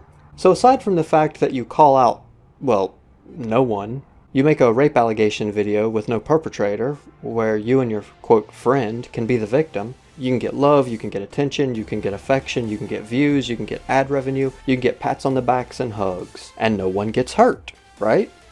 Except every single legitimate rape victim ever. Well, anyways, first I want to take a quick look at your character. So you're what, 16, 17 in these stories? I mean, you literally just had your 18th birthday. And frankly, there's no way that all of this happened in the past month. So these events take place at parties, unsupervised parties, at the house of YouTube stars, who are old enough to have their own property or apartment. Really? So why are you not calling them pedophiles?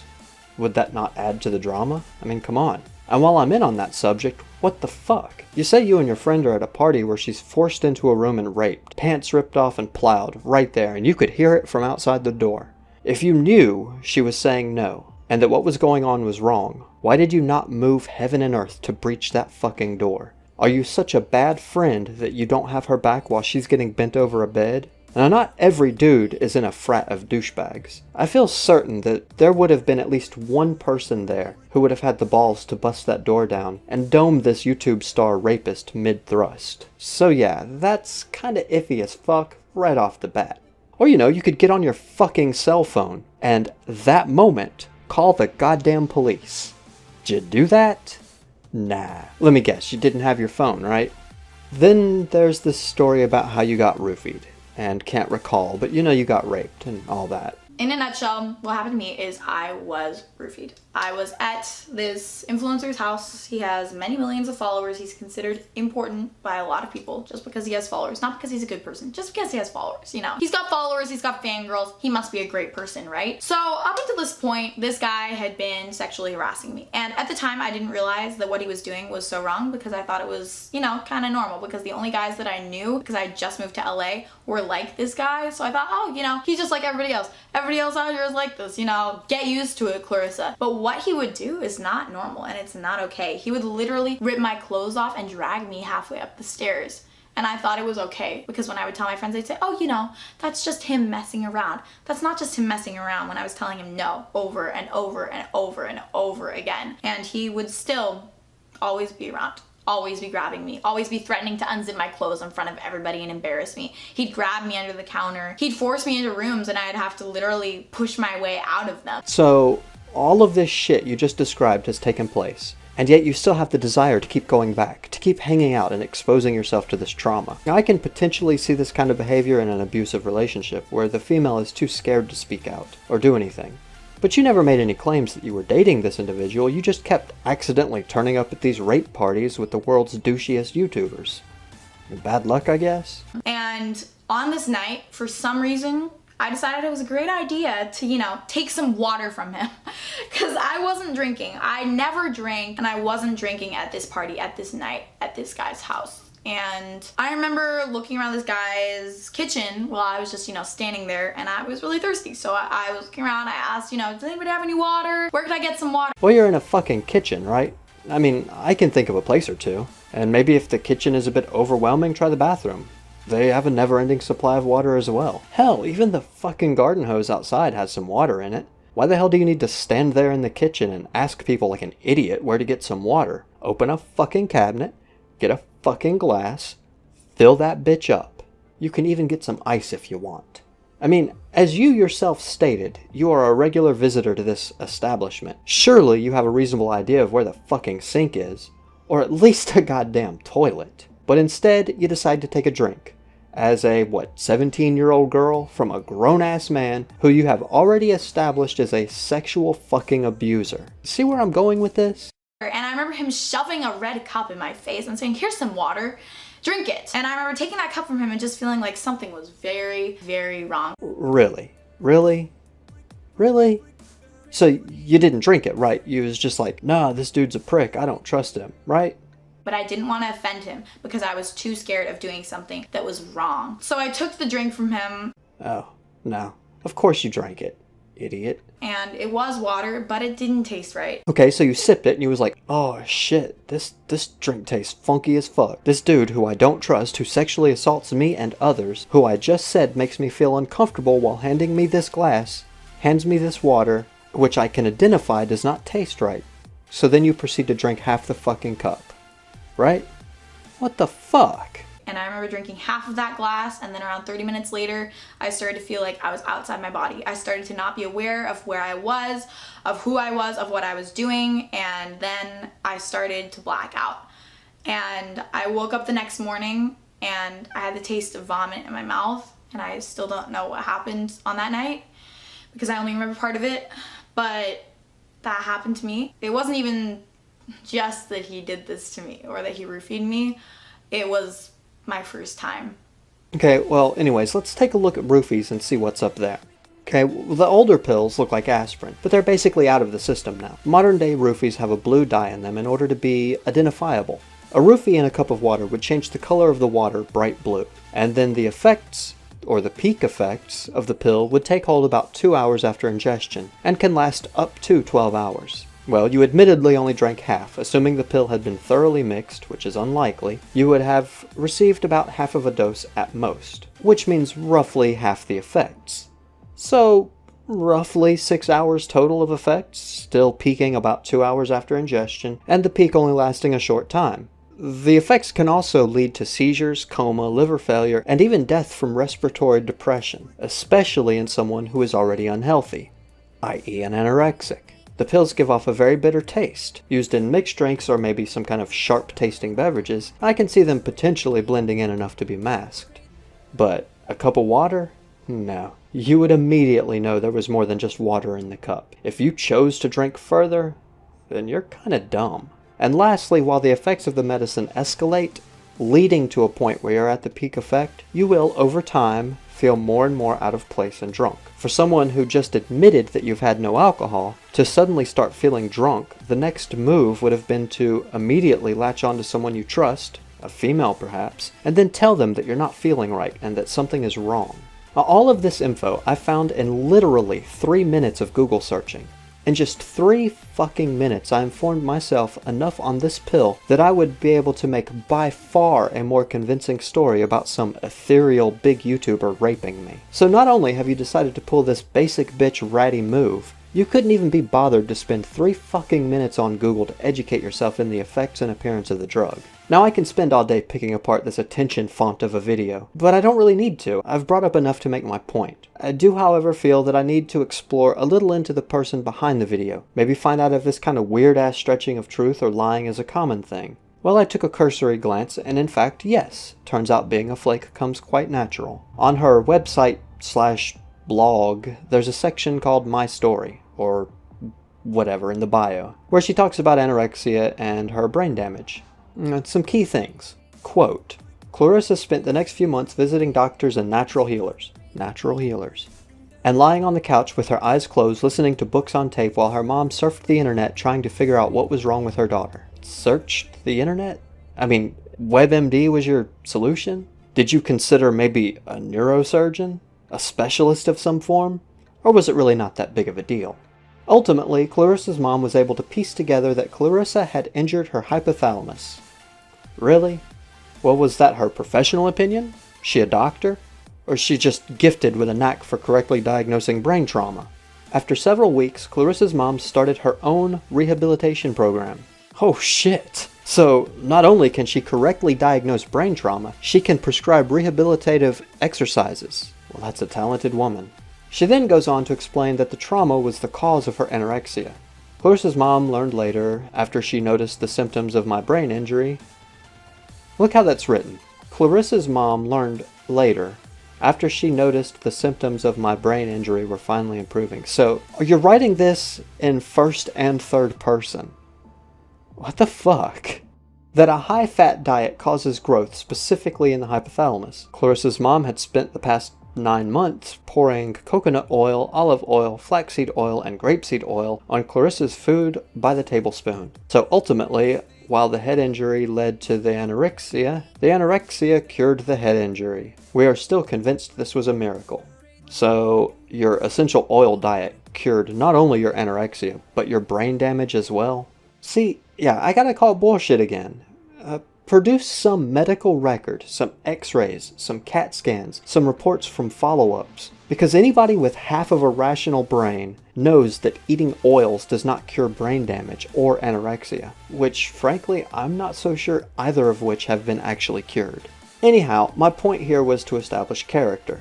And I feel like I've done that. I've established that she is prone to talking out of her ass, she is not afraid to say some stupid ass shit to get a pat on the back, and she is capable of at least a mild lie for profit. Which brings anything she says from that point forward at least a little bit into question. No, I don't believe a word of her video. I think she is engaged in the worst form of view hunting ever, and it's disgusting. If you really want to bring awareness to this issue, why not tell your viewers that roofies turn water bright blue and make it taste nasty as fuck? Why don't you tell them that if they're 16, don't be going to adult men's houses and parties? Tell them when they do go out to take a friend who they trust so they can watch her back and she can watch theirs. Now, rape is a horrible thing. Murder, theft, abuse, these are terrible fucking things. And they happen every single day to humans on this planet. It is a terrible fact of life. But saying, oh my god, I totally got raped, does not bring awareness. Maybe if you said, YouTuber X raped me Friday, June 1st, that could potentially bring awareness with regards to that individual.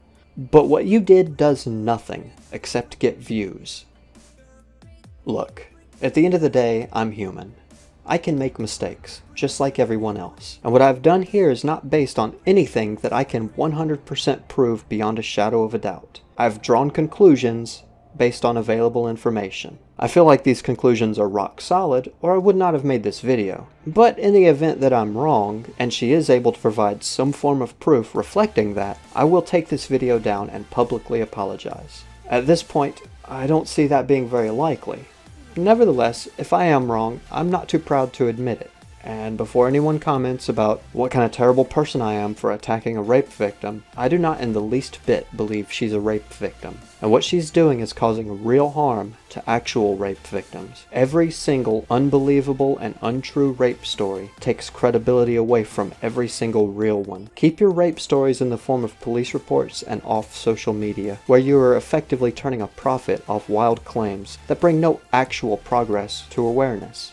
Stop being a flake, stop telling stories, and grow up a little bit.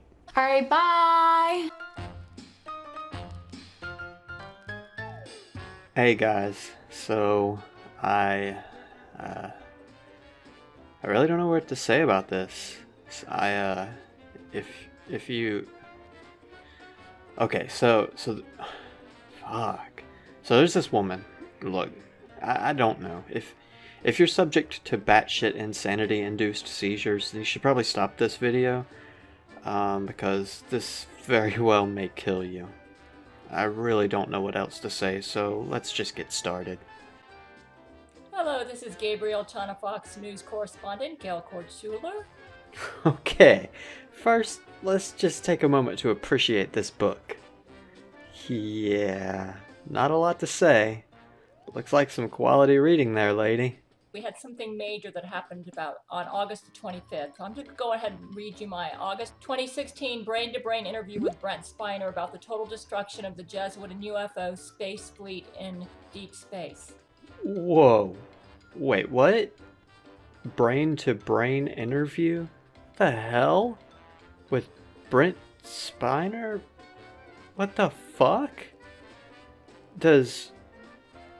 Does he know you're all up in his head and shit? Because I'm pretty sure that's like head rape. And Deep Space Wars? With Jesuits? What? What the fuck just happened? Looks like we've had a major military victory with the Jesuit order due to my Gale shield. Okay, just for the record, I have no fucking clue what a Gale shield is, but I suddenly want one. Wonder if that shit's on Amazon. And their entire space fleet is gone and all their military and soldiers destroyed, which may explain why God sent the Rome earthquake with, I hear, like 1,000 aftershocks. Well, I mean, that's really the only thing that makes sense, right? I mean, it's like Schrodinger said, the simplest answer is most often a tide turning. A tide can turn. The simplest answer... So wait, there's two cats. Wait. Whatever, moving on. But the Roman Catholic Church is creating a new Jesuit order to replace the old one. Until all this falls into place, I'll stop reporting news until I can be sure I'm reporting accurately. I will get back to work on my book, Jesuit Empire's Secret History. Looks like the next phase in our battle against the Jesuit order will be political. My news site is still up, but Brent and I are waiting to see how the Catholic Church will respond to the destruction of the entire Jesuit military arsenal. Oh, wait a minute. Didn't she say this was a brain-to-brain interview she was reading? Yeah, so shouldn't this be in, like, interview format? Something fishy's going on here. Which happened, I believe it was August the 24th. All the current Jesuits died as the Gale shield caused their super Nukaki. Wait, what? Their what? Fucking super Bukkake? The fuck? That they sent to the Earth to ricochet back to the Jesuit order in deep space and destroyed their entire fleet. Oh, well, that, makes perfect sense, I guess. From what I understand, it also destroyed the UFO's space fleet as well. Well, thank sweet baby Jesus for that. I was starting to wonder what had happened to all those UFO fleets. And the only Jesuit alive from this battle is Zach Knight, who cannot be killed because he's the Antichrist. Naturally. I mean, we already knew that. Actually, handy little side note, all British pop singers are the Antichrist. And he's floating inside this ocean in deep space, which got so filled with Jesuit seamen from the ricochet that it drowned the entire Jesuit space fleet and destroyed all the UFO space fleet. What? Fucking space seamen? Space seamen? Zach Knight and the UFO fallen angels, those are Satan's fallen angels, are all floating inside the now Jesuit seaman ocean in deep space inside bubbles. This is... So... I don't even know where to start. I'm really at a loss here. Just... wow. Yeah, let's go ahead and fast forward a bit. She just blabs on about the firmament, space oceans, and I'm not interested in talking about religious nonsense if I can avoid it, so we'll just skip forward.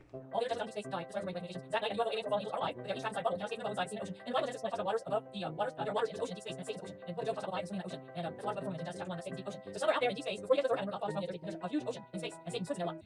And he actually had the Jesuit space fleet in that ocean to protect them from the Gale shield, but the Jesuits, in an attempt to destroy me and my Gale shield, kept sending super Nukakis. Well, of course they did.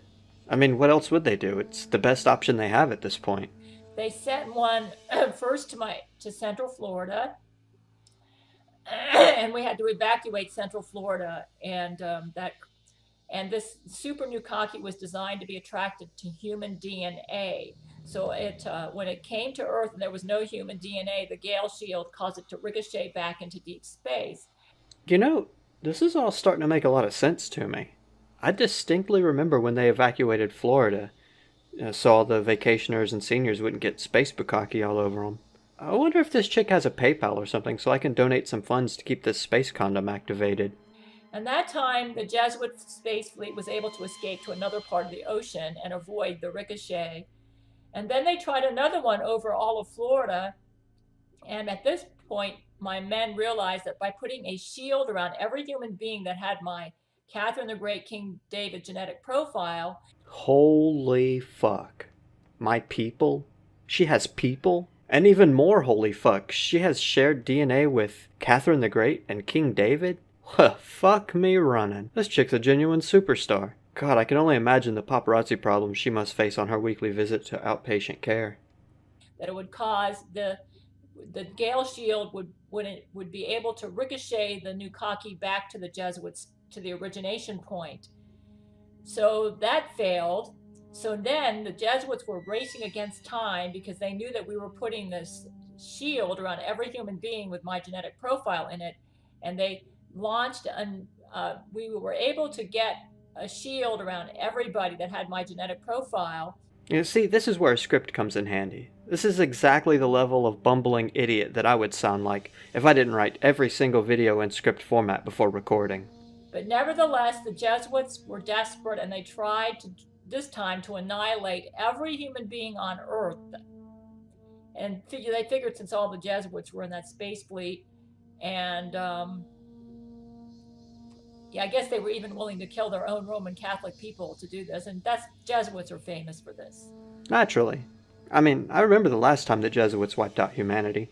I think it was about 65 million years ago. Yeah, they shot a hot load of space semen into the Yucatan Peninsula.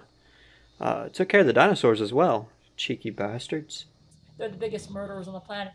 So they tried to do that, but because my men were able to put this shield around everybody that had my genetic profile, the Super Nukaki, and I hear they captured this on satellite camera, and they're reporting it on the Gabriel Chana Fox News Channel and showing the footage.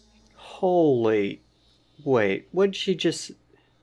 I think she just said the Gabriel China Fox News Channel? What the literal fuck is that? Well, holy fuck. That's a thing. She fucking made her own Fox News channel. Holy fucking shit. I like that too. She's all like, I hear they're playing it over on the Gabriel China Fox News channel. Bitch, you run that website. If they're playing it there, you sure as hell know about it. It was a huge Nukaki.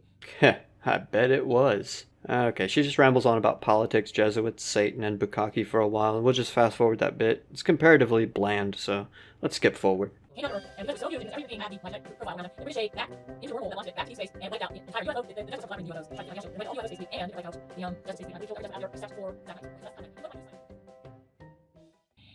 the 1994 Northridge earthquake, when they used a Jesuit lawyer to impersonate Brent Spiner and accused me of harassment against Brent Spiner when I used my Jesuit husband to write a nasty letter to Paramount.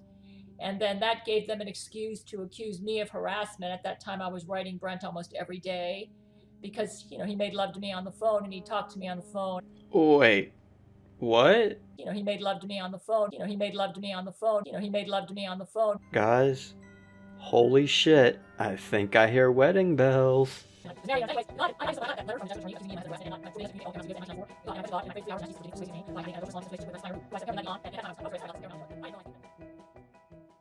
So I've been very busy working as a correspondent, a writer, and when I finish my book, Jesuit Empire Secret History, then I'm going to make an audiobook out of it. And I do have the audiobook about Abraham Lincoln and how the Jesuits murdered him out. So this is all important history which has been covered up, and the truth needs to get out. The most reliable news source out there is the Gabriel Chana Fox News Channel, 0 on cable, and the most reliable mainstream news source is usually the Fox News Channel, but the Jesuits have infiltrated all of the mainstream news, so the only reliable news source is Gabriel Chana Fox News. Everything else is Jesuit controlled, and it's just one big propaganda machine like Hitler's Germany, just putting out a bunch of lying propaganda to support the Jesuit cause. Okay, so apparently that just happened. I'll give you all a moment to digest this bukkake. Now, I'm on the fence here. Half of my brain is telling me this woman's full-on batshit crazy. The other half is telling me that she's just entertaining, that it's a game, and she's having a blast making a show to entertain viewers. But fuck me, look at her channel and her websites. If this is a game, this is a fucking deep game. And if it's not a game, this is some deep-ass psychosis. Anyhow, I just thought I would share this with folks. This needs to be seen by the whole world.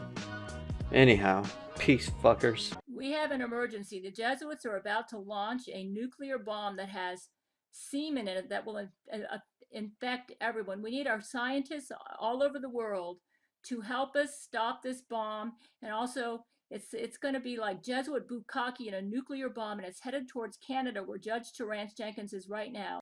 My soul is in my feet. That's fucked up right there.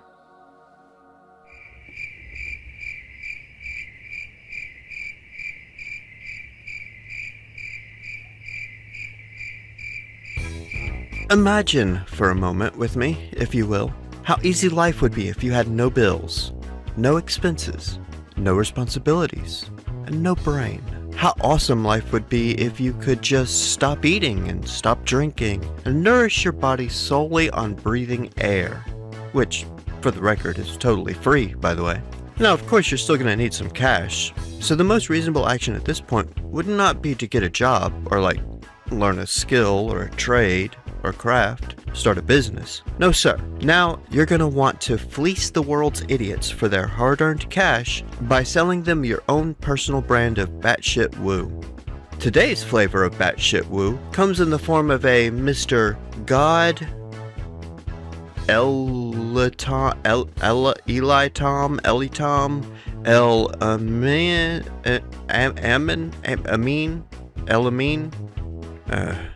okay. This grade A capital dipshit is on another level of enlightenment. For just a small payment, you can learn through him how to stop eating food or drinking water, living entirely off the power of sunlight and oxygen and insanity. And check out these amazing prices. For just 297 whatever currency that is, llamas, I guess llamas, for 297 llamas, he can teach you how to starve yourself to death. For just 297 llamas, he can teach you how to sex. And this one must be a discount, because for just 97 llamas, he can teach you how to breathe. And this one here, this is a huge deal. For 200 llamas, he can teach you how to be a plant. Now, not only is this fine young man a guru and capable of, for a small fee, teaching you how to do all of these amazing things, he is also a god, as his own channel would indicate, a deity of some form, and, I shit you not, an artist. He actually makes music. So if you want to dip on over to his channel and check out some of his amazing tracks, I'll give you a little sample of what you can expect. All power is in my hands. I created the birds and the bees. I created the flowers and the trees. Everything is perfect by me. Ha ha ha ha ha ha ha ha ha. All power is in my hands. All power is in my hands. I'm gonna live forever. I'm gonna live forever. I'm gonna live forever. All power is in my hands. Okay, so, well, now that it's obvious that Vivo's going to be hitting me with a copyright strike, this probably makes for a good opportunity for me to remind you to like and subscribe, share the video, click on the donate thingy down in the comments section to give me a bunch of fucking money, and all that shit, so the channel gets bigger and I get wealthy. Alright, now let's move right along. Now, of course, he's not just putting out really bad music while claiming to be God and charging you a shitload of money so he can teach you how to breathe. He's also doing the other standard woology bullshit, like this. Hi, this is Ebolatom Elamine. And today we're talking about high vibrational energy. Or creating payware packages to teach you how to sleep standing up, apparently. And today I'm going to share with you a special package on sleeping sitting up. And just for the record, I can't find this package on his store, so it's either never been posted to the store or it did poorly and didn't remain on the store. Either way, I would have liked to have known how much he's going to charge to teach us how to sit upright and sleep. That's right, sleep sitting down, where the spine is straight up and down, and that's really beneficial for their health. Because our health and the energy that goes through our spine is very crucial for the energy and the vitality that comes into our body. So order this package, You'll learn a lot more as we dig deeper on how to train your body and your mind into this new paradigm shift.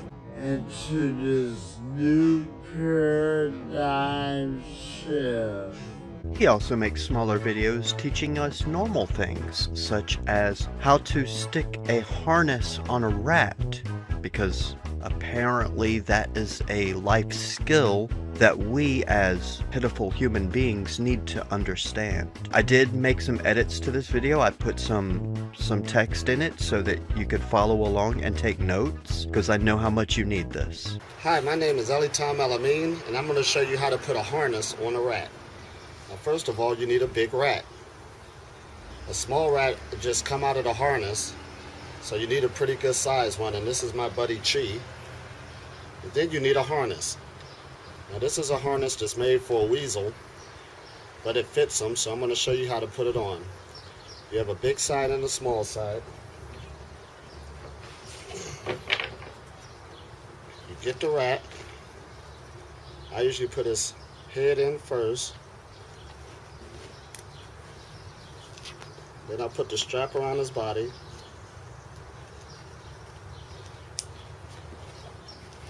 Oops.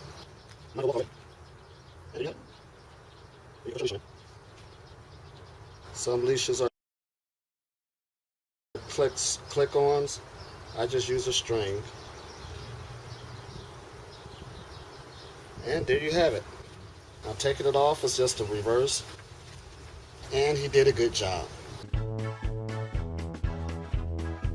Now, if you don't have any money, don't worry. He will in fact let you touch him for training. They're coming to my retreat in exchange for a series of massages. So that's awesome. And I didn't go hard. Up and down, up and down, up and down, up and down. And for just a couple hundred llamas, you can get on a real-time Skype call with him. You know, if Skype still existed. Okay, I'm done talking about this cock dribble. I've had just about enough of his bullshit. My brain's starting to melt, so peace, fuckers. The all-seeing eye. Some say it's on the dollar bill, but actually it's on me.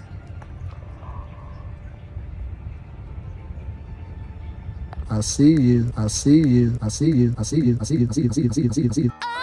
And I didn't go hard. We don't have to make it hard. I love me, I love me, I love me, I love me, oh yes I do. I love me, oh yes I do. I love me, oh I love me, I love me.